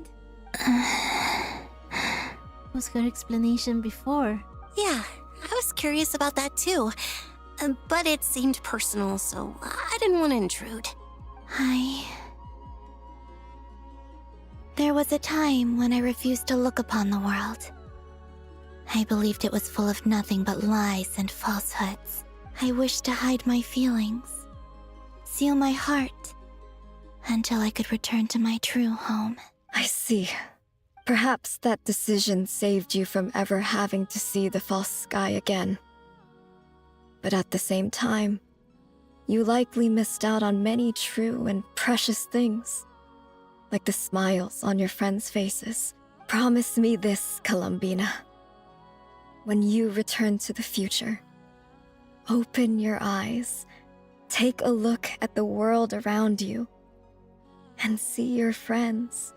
I'm sure that you know this already, given that you long to return, but that is your true home. Give me your hand, Columbina. Arya, Sonnet, you too. Okay. All right.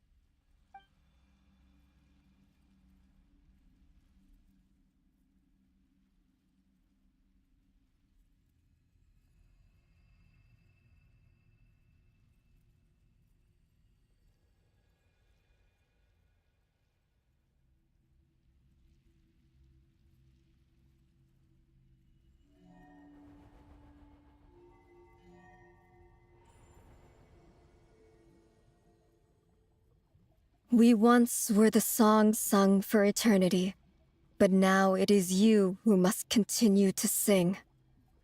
We once were the tides in the great river of time, but now we subside, and you arise. We were the messengers of madness and inspiration.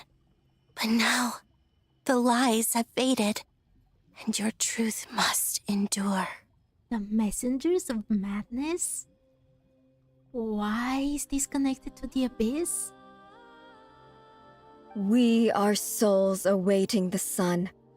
You must return to be with those who smile when they see your face.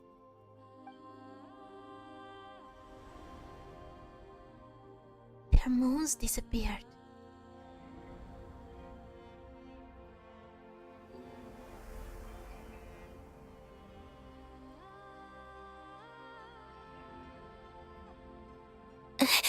Is it done? Yes. We have transferred the authority over all 3 moons to Columbina Hyposelenia. From this moment on, she is the Tri-Lune Goddess, the one and only moon goddess of this world.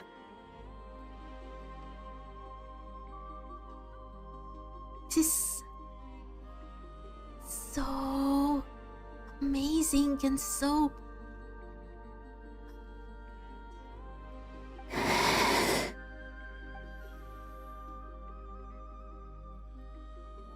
Thank you.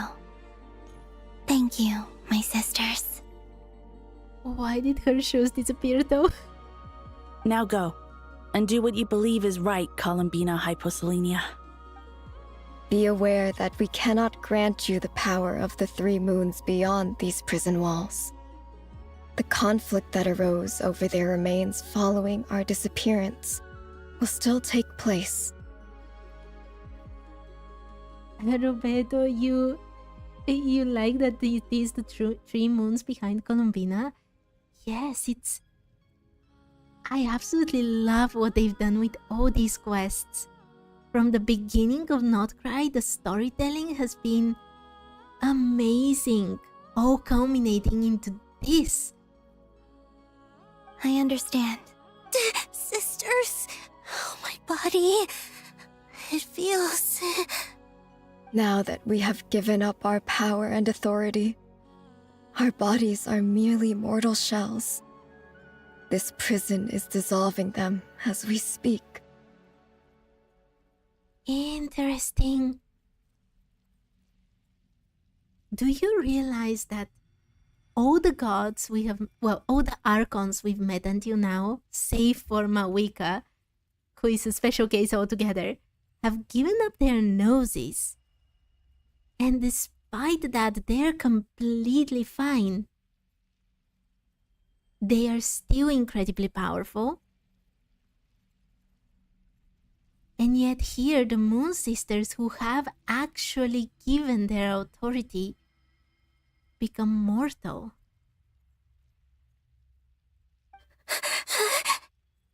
It's okay, Sonnet. The end must come for every god, just as it does for every human. That's all this is. The final destination of our lives. Canon and I will be by your side the whole way. We have one final request, Columbina. Could you use the 3 moons' power to send us back into the real world? Now that we have lost our powers, I doubt this space will seek to hold us further. They will see the world they envisioned, the world of peace and abundance, one last time before they disappear? It's just... we would like to spend our final moments together in the only place we ever called home. Of course. Gladly.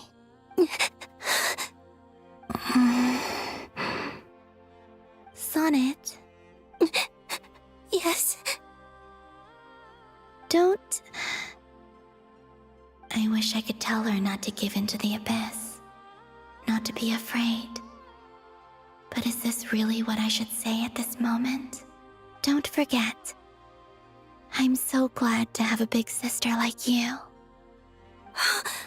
No, Hypo. Thank you. She really was talking to her. When we met her for the first time, she said Hypo. I knew it from the moment she called her Hyposelenia, but now this final confirmation at the very end. I'm okay. I'm not afraid. As long as my sisters are with me, I won't be afraid. It looks like this is goodbye, sisters. Goodbye, Columbina.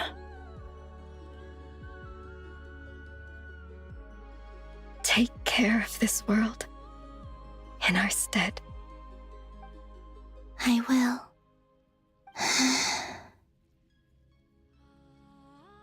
And now, it's time for me to bid farewell to my body too.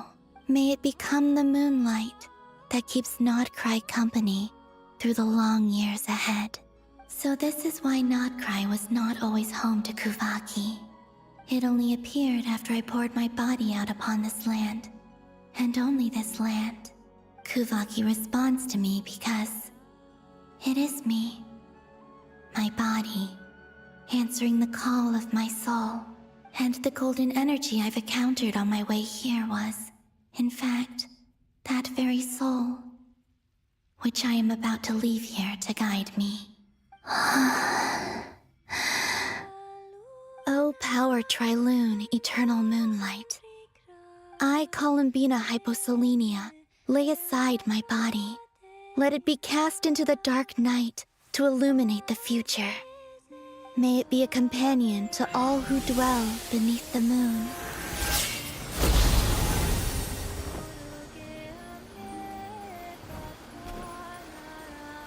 Until the time comes for me to return home.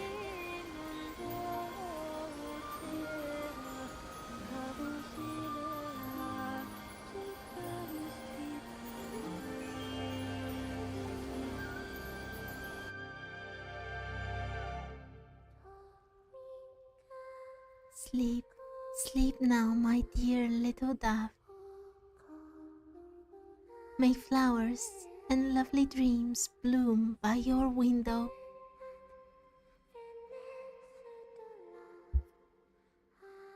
O little dove, child of the moon.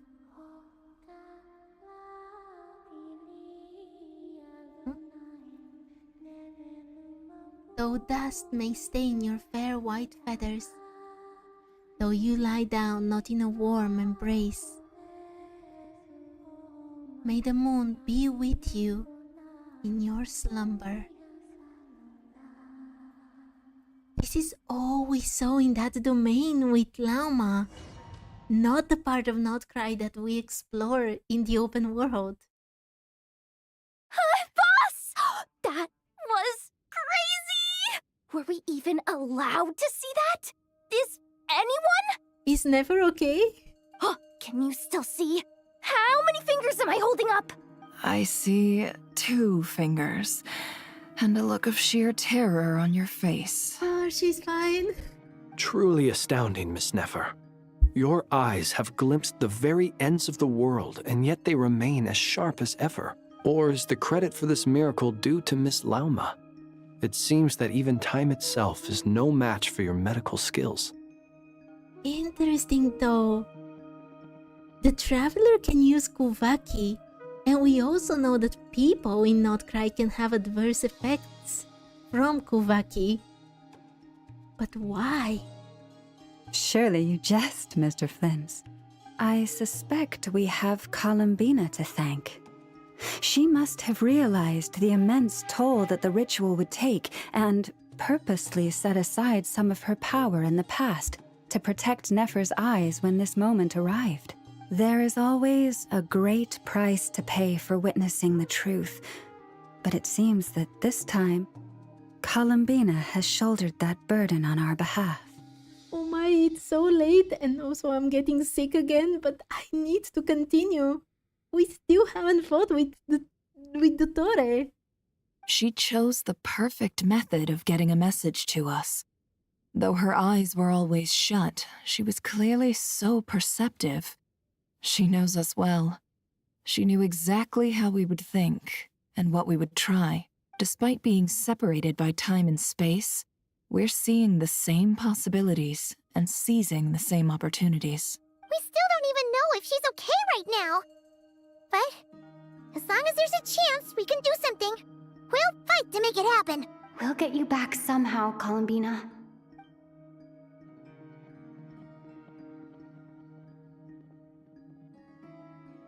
Wait, who is protecting Wanderer? Well, based on the information we now have, let's figure out our next moves. Thanks to these gentlemen, we have a much clearer picture of the situation with Dottore. The civilian population has been moved to safety, so we no longer need to hold back. Miss Androne, how are the calculations going? So far, so good. I'll keep seeing how far I can push the system, though. Can't have Hatman being powered down for nothing. Hatman? There's still a long road ahead. Where should we begin? Everyone exchanges looks, then starts discussing a plan of attack. The battle ahead is filled with unknowns. No one can say how strong Dottore's grasp of the Three Moons' power is. You low-key wish there were some consequences to actions in the game. There is no harm to the playable characters at all, loses meaning in a way. Well, it is true. It is true a tiny bit, let's be honest. But you're not about to admit defeat. Everyone is united and knows that no single person can accomplish the task ahead alone. All the potential risk, but nothing really happens? Yeah. I think it's a common way of doing things in games that are, you know, basically live. They continue coming with new stories, one after another, and just continue on and on forever. I think that's just how it is. No matter what I've played, whether from this country or another country, live service games tend to be like this. That's it is a shame that there are no true consequences, but I kinda expect it, to be honest. Like, if you want real consequences, you have to go to games that are, you know, single player, pure RPG. Which is a bit sad, but it is what it is. Okay. Your only chance of victory relies on everyone working together. And just maybe, as a team, you can reach the moon and bring your long-lost friend safely back home. Our plan is clear. Time is short, so let's get moving. There's just never enough time, is there? Time is the bane of my existence. Ugh. Anyway, I'm gonna get back to work. All right, we'll do our part too. Yeah. Let's go. Please tell me there isn't that much left from the quest, because I'm getting really tired. Albedo's theory says that elemental energy can dilute the light realm's power, but I'm no expert in building elemental defenses. Sounds like something out of the advanced elemental theory section of the library. Whew. America really doesn't like reading. You seem quite troubled. Well, yeah. I mean, who doesn't get a little flustered when they're completely out of their depth? You were the very picture of confidence back when you approached the Hexen Circle. Yeah, I could have been faking it through that whole meeting for all you know. Who's to say I'm not just a ball of nerves in a charming and gregarious package? I would believe that. But those energy fields, they're so ominous. Even though they were not doing the much more scary option of what I thought, that they're picking out pieces of Teyvat to construct the new moon, what Dottore is playing with in each of them. Oh gosh, really? I'm so sorry, I had no idea. Well, you're all the braver for it. Still, I was much more in my comfort zone than I am here. At least in Mondstadt, you can cry for help from a cliff top and actually stand a chance of summoning Barbados himself. So long as you have a bit of wine or other alcohol to bribe him with, of course. Things have never looked bleaker than they do now. If we don't pull this off, Teyvat's doomed, isn't it? Do you think Nuvillet can stop Dottore? Like if it came to it? He's super powerful, after all. And if he's joined with the other Archons, I don't think Dottore is invincible. Oh, you think so? No. Actually, yes. Yes, it probably is. No, Nico, don't say it so nonchalantly. It's a shame. Don't put too much pressure on yourself. Teyvat has faced annihilation many times in the past, but it also gave us you, didn't it? Hey, don't give me that. It's not like I'm anyone special. I disagree. Every human born in this world is special. We angels have always believed that. In that case, this humble human being has a big favor to ask of you. I thought you might say that. I'm sure Alice, in her great wisdom, sent you here precisely to help us in this difficult time, yes? Well, that has less to do with her wisdom and more to do with my power. Of course, of course. Well, the thing is, these elemental defenses we're about to build, I don't think it's a question of if they'll fail, but when. Durin's findings from his patrols make it clear that Dottore is constantly expanding his territory. First it was his lab, then the design bureau, and now this. It's not realistic to completely stop him encroaching on the rest of Nagrai. Rather, our goal should be to stall him for as long as possible. If Miss Sandroni's calculations are correct, well, they're the closest thing to certainty we have in this situation, so let's assume they are. Anyway, her calculations suggest that our best hope for victory lies in Miss Columbina's return. It's up to us to slow Dottore's advance and buy time for her to make a return. Are you asking me to help you with building the defenses? No.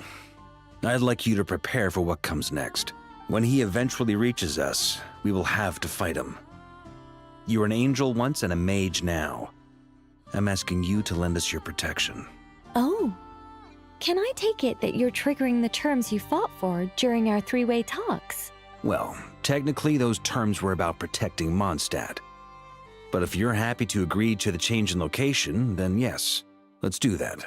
Let's go. Let's go. You're cashing in on this much sooner than I'd imagined. But how? What if something happens to Mondstadt in the future?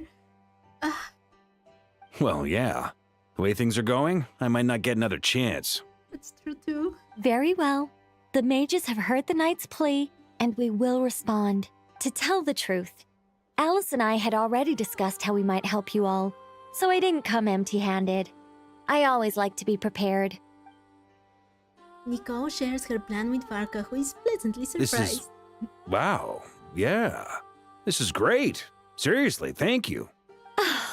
It's been many long years since I had a chance to dazzle humanity with a little divine intervention. To humbly serve as a reliable and responsible guide. I love Nico so much. Anyway, Knight of Boreas, please accept this gift in recognition of your great virtue. Go now. May the angel's blessing deliver you safely to your destination. Wait, is she protecting just the tiny core? Okay. Wait, it's different. Descending moon on Lempoio not cry. Talk to Marionette. Through the endless long night, the doctor's schemes press closer. Step by relentless step. Oh my, it's so late. I have no idea how long the quest is. And I'm so late. Maximum I can stay is 40 minutes.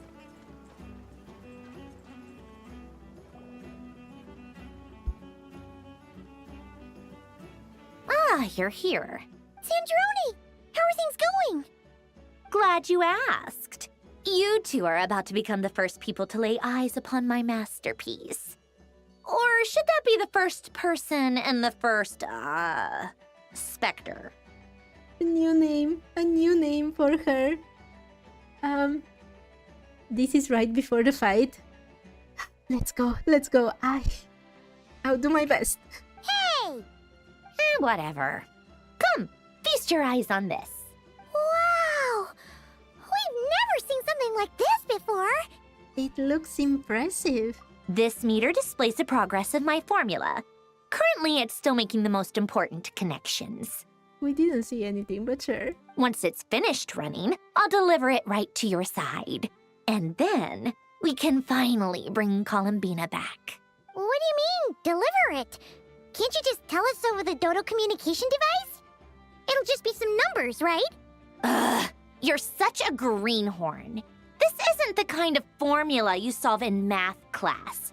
It's a highly complex algorithm capable of constructing a framework of rules. Ugh, whatever. We'll be here all day if I start trying to explain it. All you need to know is the formula must be completed before we can bring Columbina back. Got it. I'll share the data with you. Nicole's agreed to let me use her information channel, so we just need to use the Dodo communication device like so. And there. Now you can check in on my progress. Wow! Look at that! You're amazing, Zandrone. Doesn't it say only 10%? I didn't expect it to be almost done. But this is very low. You've done the quests first day they came out. I have to read everything. I spent one stream just reading the texts from the first Archon quest. I'm not complaining. It is awesome. I absolutely love the quests. But they've been rather long. And also, I do this only on stream, so, you know, I have to do it on my main account later. Oh my. Everything's fine. Let's go. About time you recognized my genius. Took you long enough. Marionette, what was that laugh? Anyway, that's all for me. You should check on the others if you have time. Make sure we don't have any weak links in the chain. That might sound harsh to you, but close supervision is a common practice in the Fatui. Not looking to catch anyone out. I just care about everything going smoothly. That's all. I'm kinda stuck here while the formula's running, so I need you to be my second pair of eyes in the meantime. Okay, I'll be honest with you, this... Oh, it's 20% now. Okay, a bit more reassuring.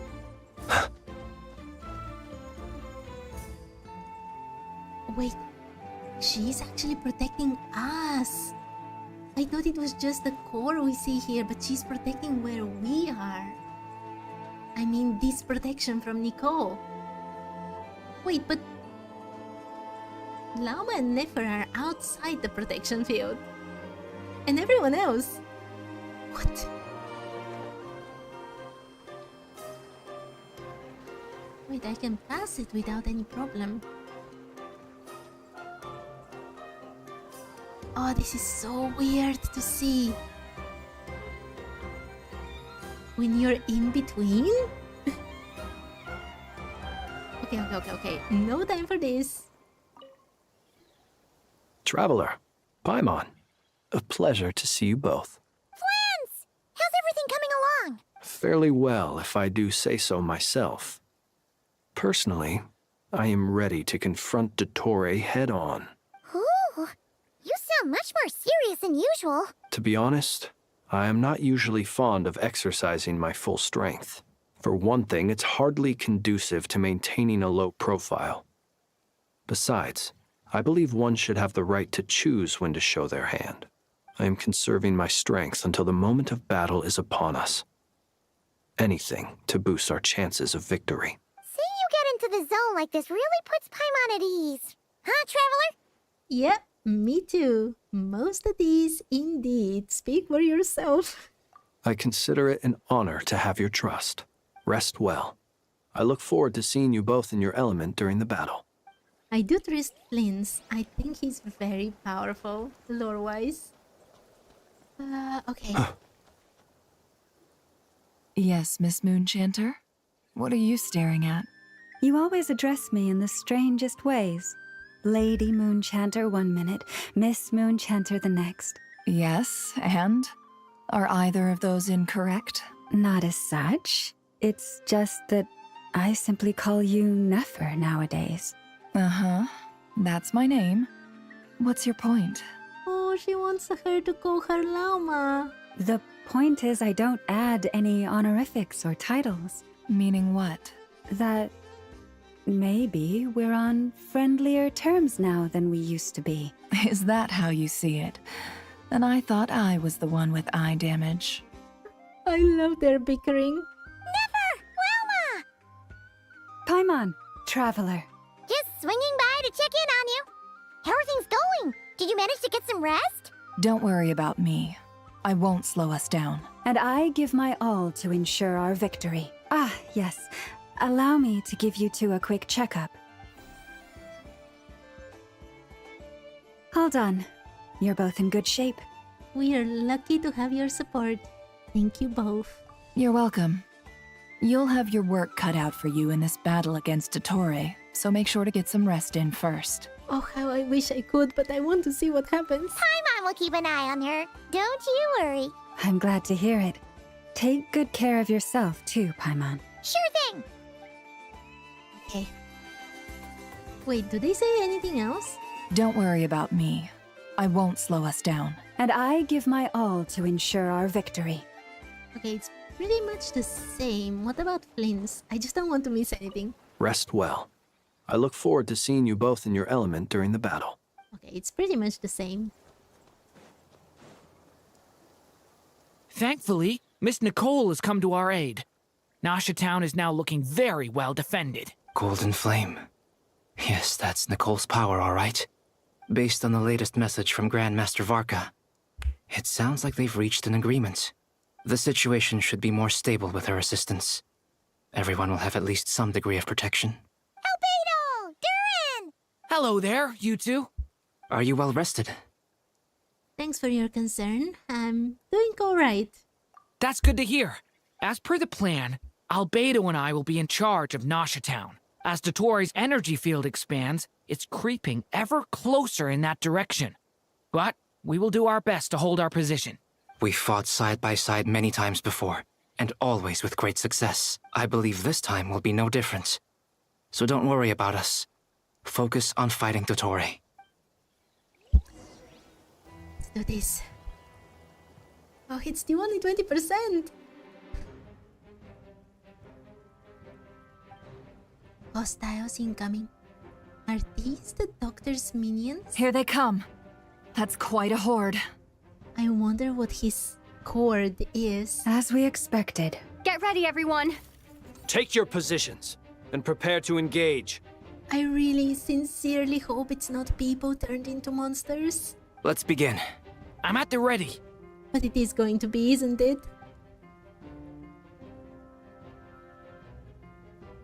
Ah, we're playing right in his hands. We'll be fighting real people turned into monsters because of him. He was asking the traveler. Wait, they're not even monsters. He asked us if we would go. If we would observe kill in order to achieve what we want to do. If we want to kill without repercussions. Close your eyes. Water jet! Be silent. Observe. I want to petition Aino to give us that gadget forever, by the way.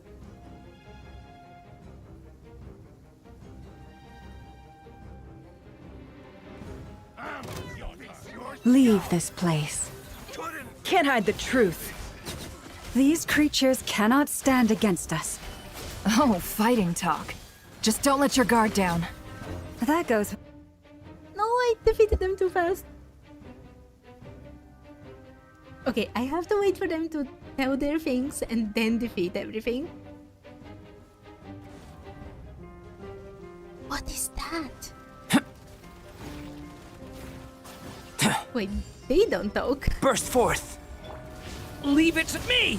A turning point in fate. Huh, that was easier than I thought. Naturally. What do you mean?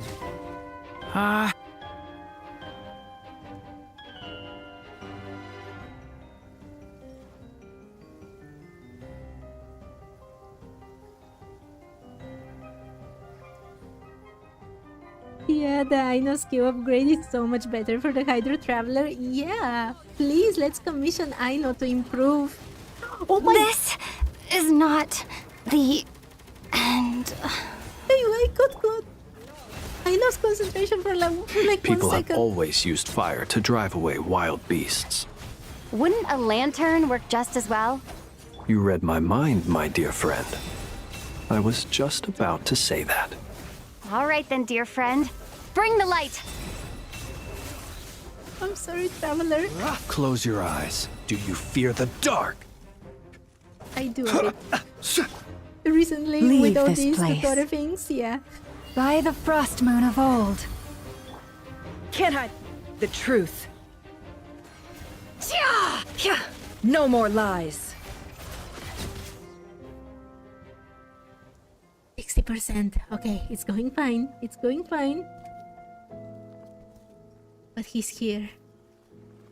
You're looking well. I trust you've had a good couple of days. No! Both in-game and in real life, no. Dottore. It's actually a good thing, in my view. If the subjects of my experiment were to die prematurely, it would throw quite a wrench in the works. Destroy him.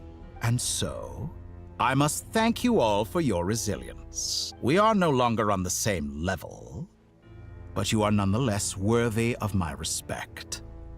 A creator god should be merciful and gracious after all. And in any case, it is only right that before I end your lives, the world is informed of the arrival of their new god.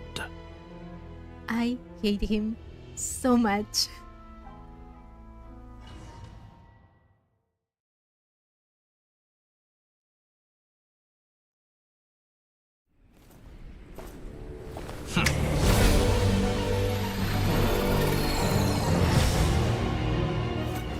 Pick up the force move.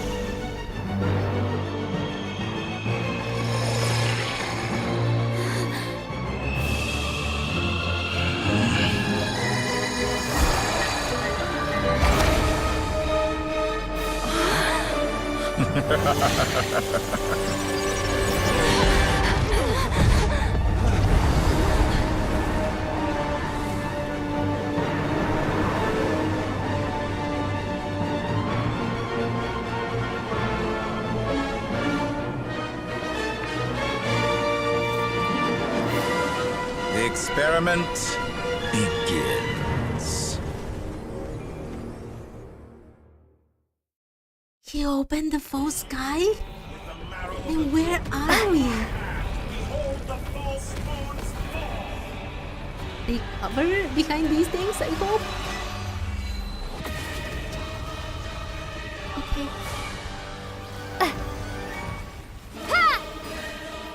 Can't hide the truth.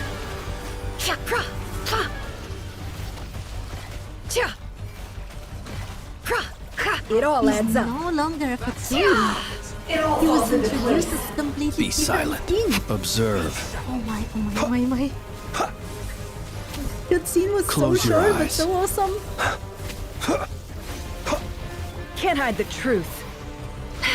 Oh my. I need It to be all adds up. concentrated.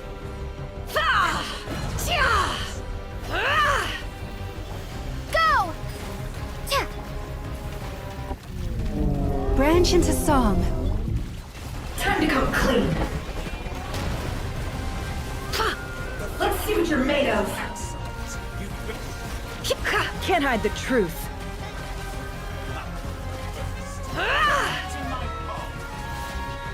What's happening? Oh. I've been moved inside another space. What? I did And something it's sealed off. stupid. Looking at the structure of it, it seems like Dottore intends to trap us here. There's no exit. Oh, this is Our not... endurance is about to be put to the test. Yeah, my endurance is 0. Oh, I lost this. Water jet! It all adds up. Forest, protect us. Can't hide the truth. Let's see what you're made of. Wait, he's almost defeated. It all adds up. What? What? That is... No, he was... What? Affected by the doctor's power, your sense of direction is influenced. Can't play normally, Genshin. I'm a weakling. Don't do this to me. Receive my blessing. With one heart, we... Okay, hide.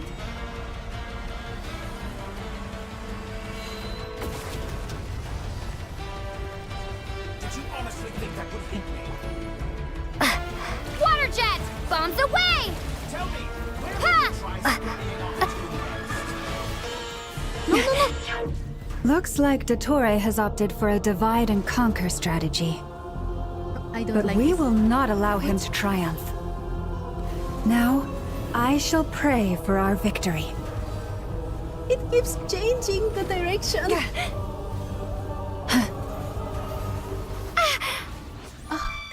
No.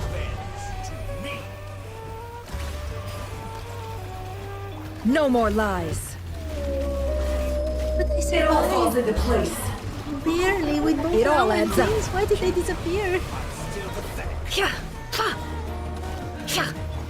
Go! No more lies. Do not face the doctor. Okay. I will try. Can't hide the truth. Water jet! No more lies. No, don't face him. Don't face him. Can't hide the truth.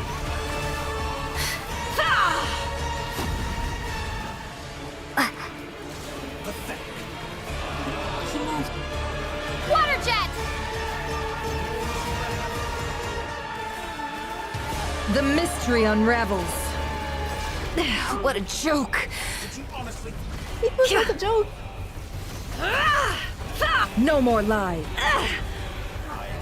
Can't hide. What? No. Absurd. What's this supposed to be? A knockoff version of the space Columbina got trapped in? I'm dead. I'm dead. There really is no way out. We'll see about that, Dottore.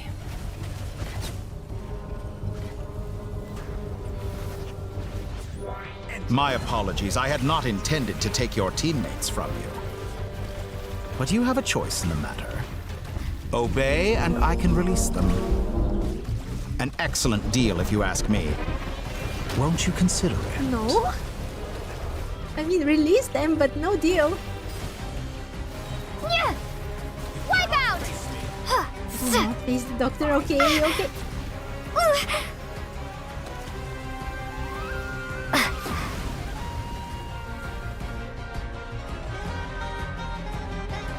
I'm aware you've been working on some little tricks to surprise me with, but it appears that none of them have come to fruition. Okay. I think this fight is... Look, I'm very weak. I'm very bad at dodging. I'm very bad at fighting, but I think the fight is created perfectly with him wanting to change the rules of the world. So the rules of the game itself changes. Absolutely awesome design-wise. Also, the way he has changed his body. Absolutely amazing. I still want to defeat him and I hate him profoundly, but absolutely amazing in terms of storytelling and in terms of game design. My guess would be that you're trying to bring Columbina back. But then, where is Sandrone? Or are you trying to buy time for her? It's none of your business. I always found their friendship to be a curious phenomenon. Two highly incongruent personalities, and yet they share a deep connection. Speaking of Columbina, I once saw her as like a younger sister. We got along quite amicably while she was with the Fatui. I don't think that's how she described it. But then one day she suddenly decided she would refuse to take part in any further experiments. To this day, I truly don't understand what I could have done to upset her so much. Of course not. How could you? It's such a pity. I could have had a sister, a family. But alas, she grew to dislike me. You're not fit to be family to her. That I can't deny. So many people, all obsessed with playing out the same tired old dramas. This world is rotten to the core. Okay, I hate him, but he's right about this. The whole history of Teyvat is like a cycle that repeats itself. The creation of new empires and their fall, and then again and again and again. People taking the names of the ones that have passed before them. Not only in Notcry, in general, with the Archons and everything else. And then there's you. You had every opportunity to reach the right conclusion. The thought of killing you off like this? But I maintain that I approached you in good faith, so I will offer you another chance. Will you work with me? You have until I count to 10 to make your choice. No, no, no! 1, 2, 3... Not in a million years. Well said. Huh? He can hear my thoughts.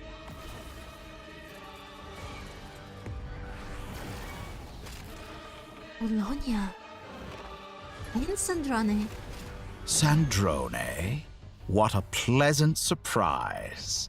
I didn't think you'd join us all the way up here.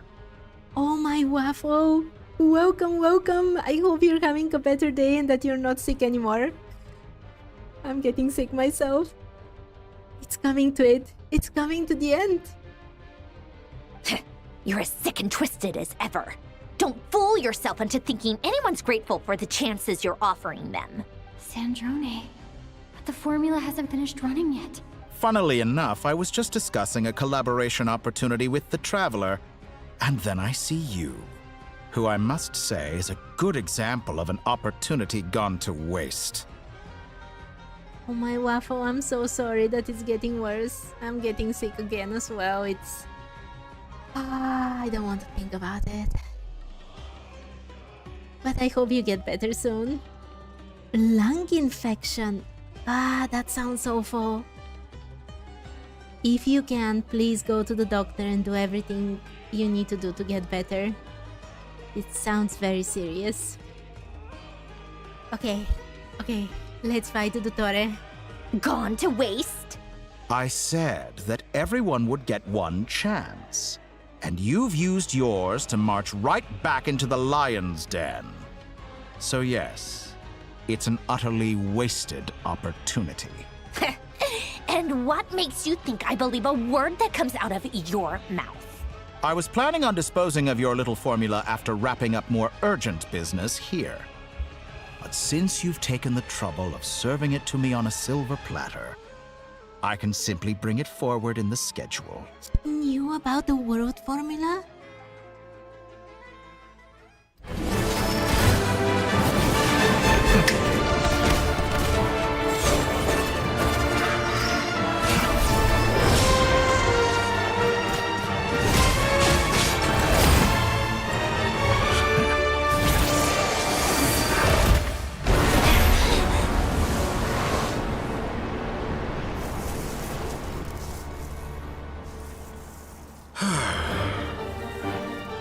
Is this your life's work?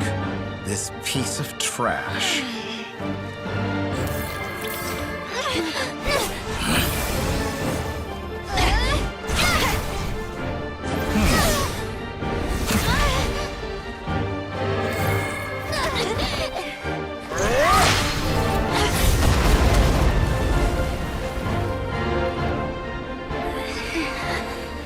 Your formula runs too slowly, Sandrone. You put your hope for success on others instead of fighting dirty. That is why you have failed. Now, whom should I slay first? Any volunteers? No one? How nice of you to leave the decision to me.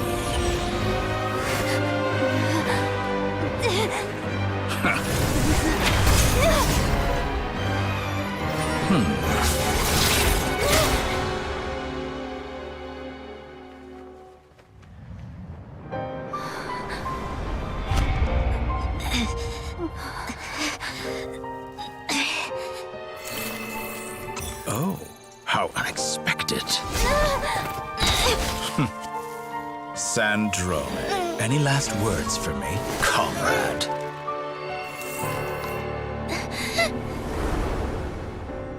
Is there anything you wish for? Not really. But I've always known what I don't want. Go to hell, Dottore.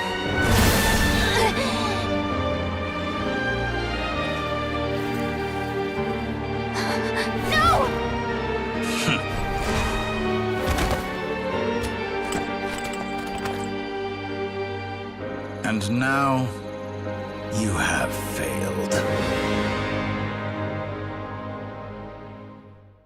No! Sandrone! She really dies? And she had blood? How much of her is machine? How much of her is human? And Bologna as well?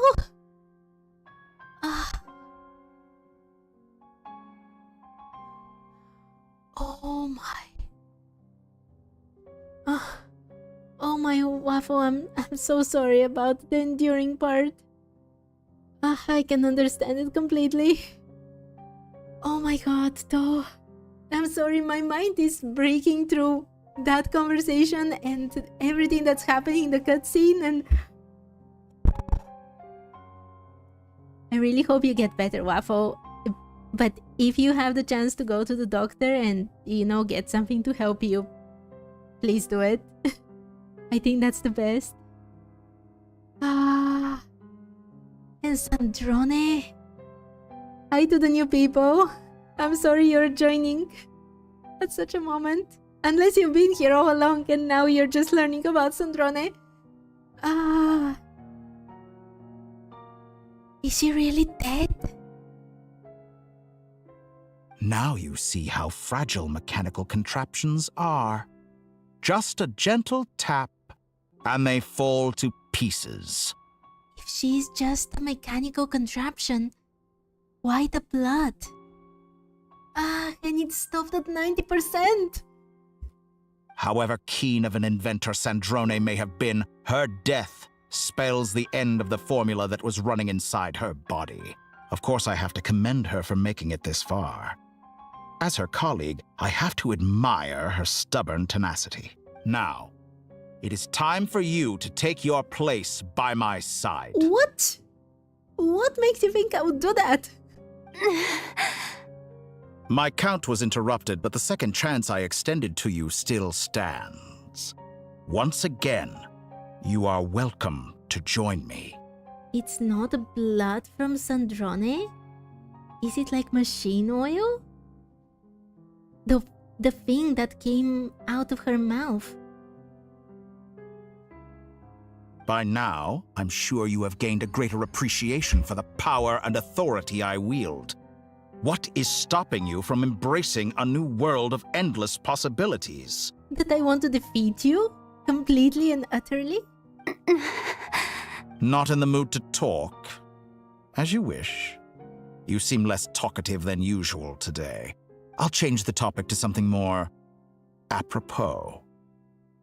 Sandrone was always like this, never trusting anyone, always so reluctant to share her research with them. The color was brown, so maybe machine oil for real? Yeah, it wasn't bright red. Maybe. Objectively speaking, she had her strengths. It is remarkable how she extracted and even optimized the world formula from so much data. But her inability to trust was her undoing. Had she allowed someone else to monitor or run the formula for her, you might still have a chance at victory even now. To leave it with Wanderer. She should have. But regrettably, she was a stubborn fool. As much as it pains me, she had to go. Dottore. Maybe this is news to you, but people can change. Columbina surprised you when she escaped, and I think Sandrone would surprise you too.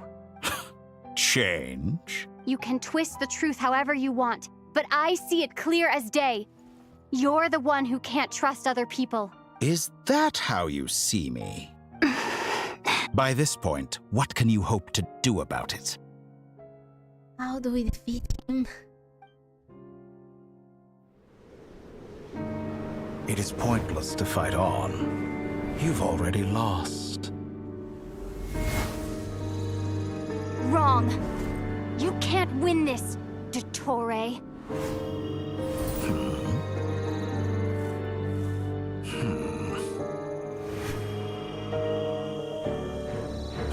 What?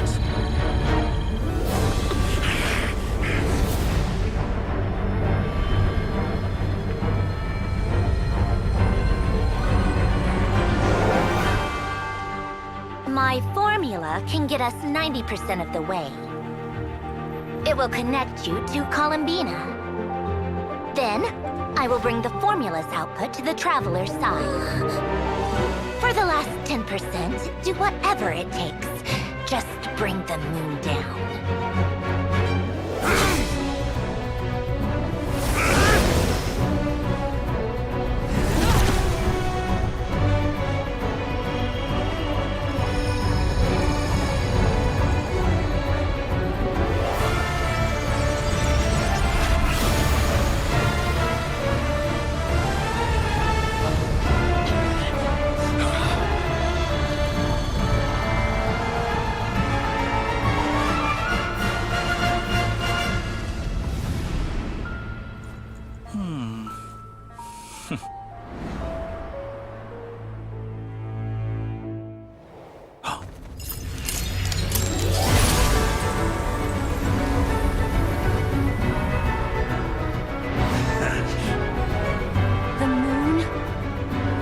Never be yours.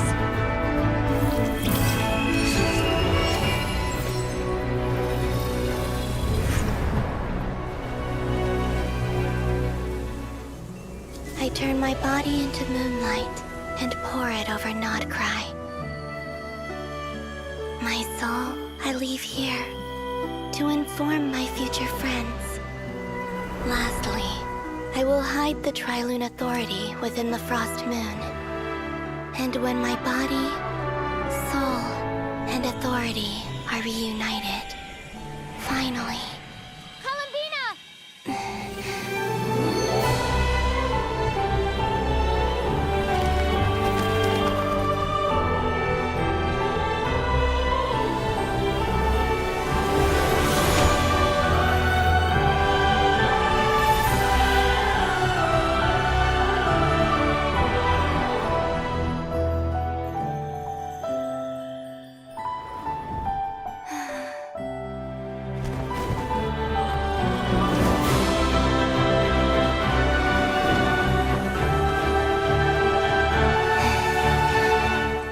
It's been too long. I'm back.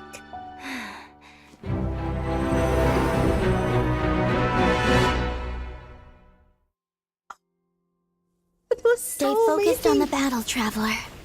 What a touching reunion! Though I personally find myself repulsed by the sight of weaklings huddled together for warmth.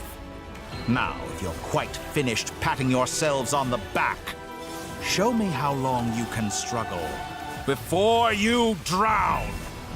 Watch out, Columbina! He can manipulate space itself!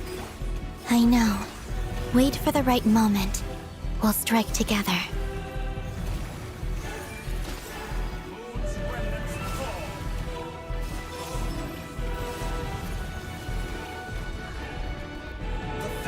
Escape, escape!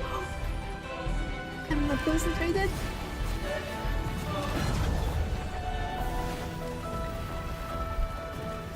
Go! Nya! Surge.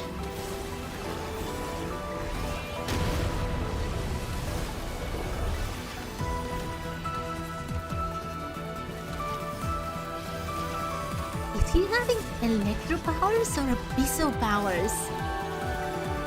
In one of the previous fights, I was absolutely certain it was abyssal-like. Oh no, I'm inverted again. Enough! First, like ants in my paw.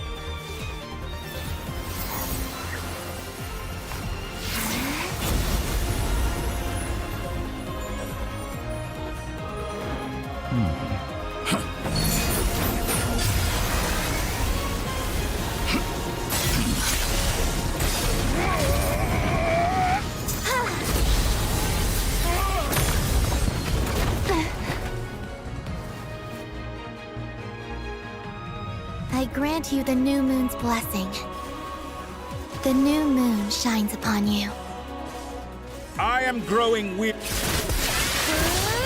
It's over, Dottore! Do you have this guy through Traveler? Time to pay for your heinous crimes! No longer must the world cower in the cold night. Oh, I did something so stupid. Our future is not yours to commit! Let the moonlight dispel the darkness.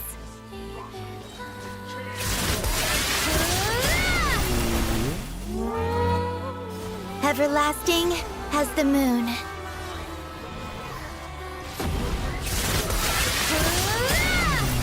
Almost there. Jump, jump, jump. No, don't heal yourself.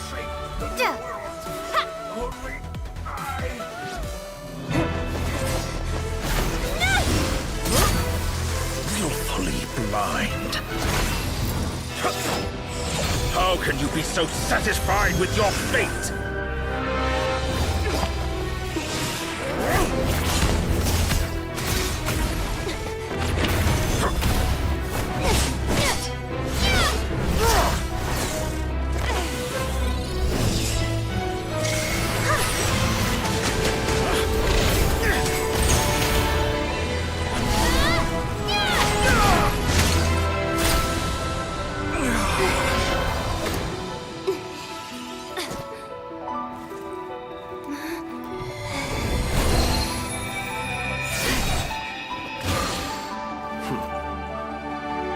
This battle was never about fate. It's about friends, family, and the home you stole from them. So dull. Only the weak rely on each other for comfort. You shall see. Once I transcend fate, you will be nothing but fodder for my grand experiment! That will never happen.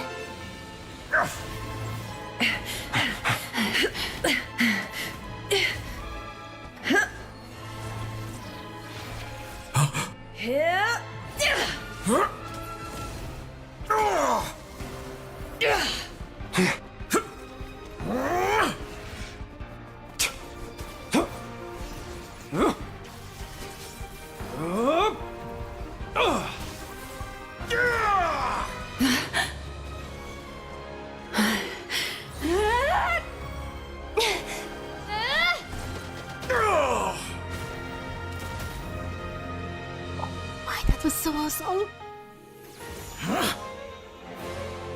Today, the moon lights up this world once more!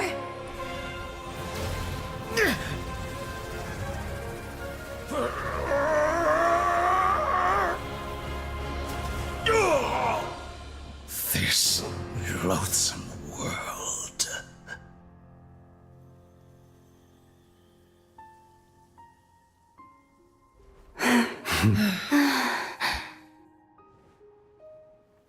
No, this world is our home.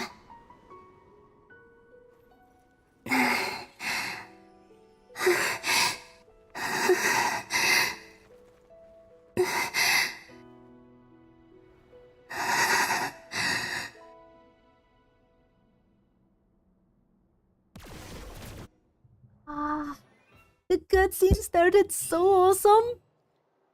But I'll be honest with you. Wait. Yeah, okay. I don't need to read this right away. The cutscene started so awesome, but Dottore's death didn't stick the landing for me. I wanted more. I wanted more from the music. I wanted more from the visuals. It sticks out like a sore thumb in something that is just so awesome from the beginning. After the battle, you return to Nasha Town. The scars left on Notcry by the doctor slowly begin to heal. After learning of the crisis' end, people gradually return to Notcry. You're a little disappointed? Yeah, it didn't stick the landing with Dottore. It's so annoying because everything I've seen from these quests, with maybe very slight exceptions, have been a complete and utter masterpiece. So to kinda drop the ball at the very last moment, I don't like it so much. And the frost moon in the sky also remains within this world? They actually brought the frost moon into Teyvat?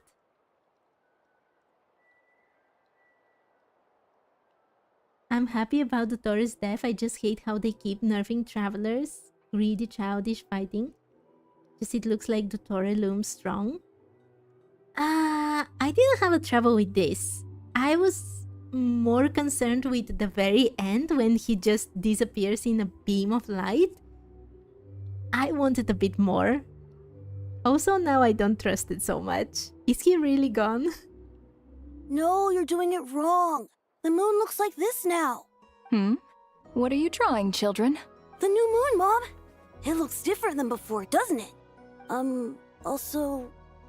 Can I go buy a sugar sculpture today? Please? Just... All right. I suppose today is a special day after all. Almost like a festival.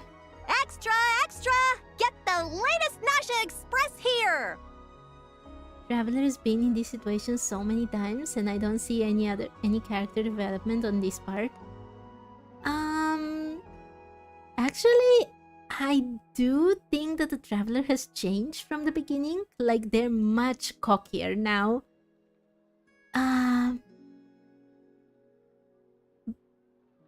But we shall see. We shall see. They're supposed to get a new outfit for the Traveler now, right? Wait, from the spaceship, if I'm not wrong. Oh my, how long is this? I'm already past the time I can play. Post-disaster report! Nasha Town reborn beneath a new moon! The voyage begins today! The future looks bright thanks to the League. Want a copy? I knew things would be different. But I didn't think that would include the moon. They say a new moon goddess has been born. A new moon goddess? Who's saying that? The Frost Moon Scions? I guess so. I'm not too clued up on the details. As far as I'm concerned, the moon's still in the sky and it's business as usual. Hey, since we've come all this way, shall we grab ourselves a free meal while we're here? Certain cutscenes, Traveler is so strong, then oof, yeah. Yeah, I do see the truth in your words, but yeah. Are you a convert now? Or are you just here for the free lunch? Oh, come on. What does it matter? After everything we've all just been through?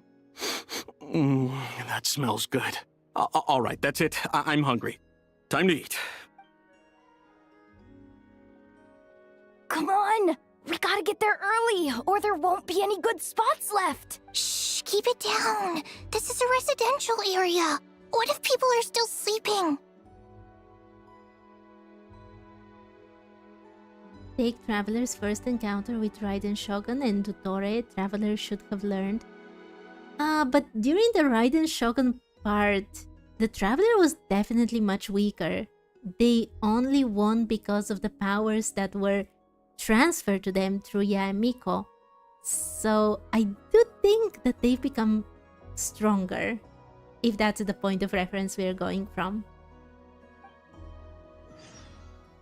Okay, please. I really have to go now. It's... Why is it so noisy outside? It's very late. I want to finish this, but it's just very late. And as I've been saying, I myself have been getting sick again, and I can feel just things getting bad with my body. So even though it pains me immensely, I need to stop here. Which is awful because I can't build my Columbina until I get to the not cry part of the new patch. But it will have to happen tomorrow if I'm still alive. Honestly, with all these sicknesses recently, I don't know. Yeah, Waffle, you can think differently from me. That's completely fine. And we can talk more about it next time. But for today, I really need to stop. Yes, Sivam, thank you. I do need to take a bit of a rest because I'm also not feeling very well. I've been trying, like, I've stayed much longer than I'm supposed to for today, despite almost kind of just getting my whole body destroyed. But I was very excited to play this quest, okay? I hope you can understand me. And I didn't want to wait for tomorrow and miss another stream again. This year has just been wrecking me completely. Anyway, I will stop here. Thank you, Waffle. Thank you. You take care too. I hope you get better soon.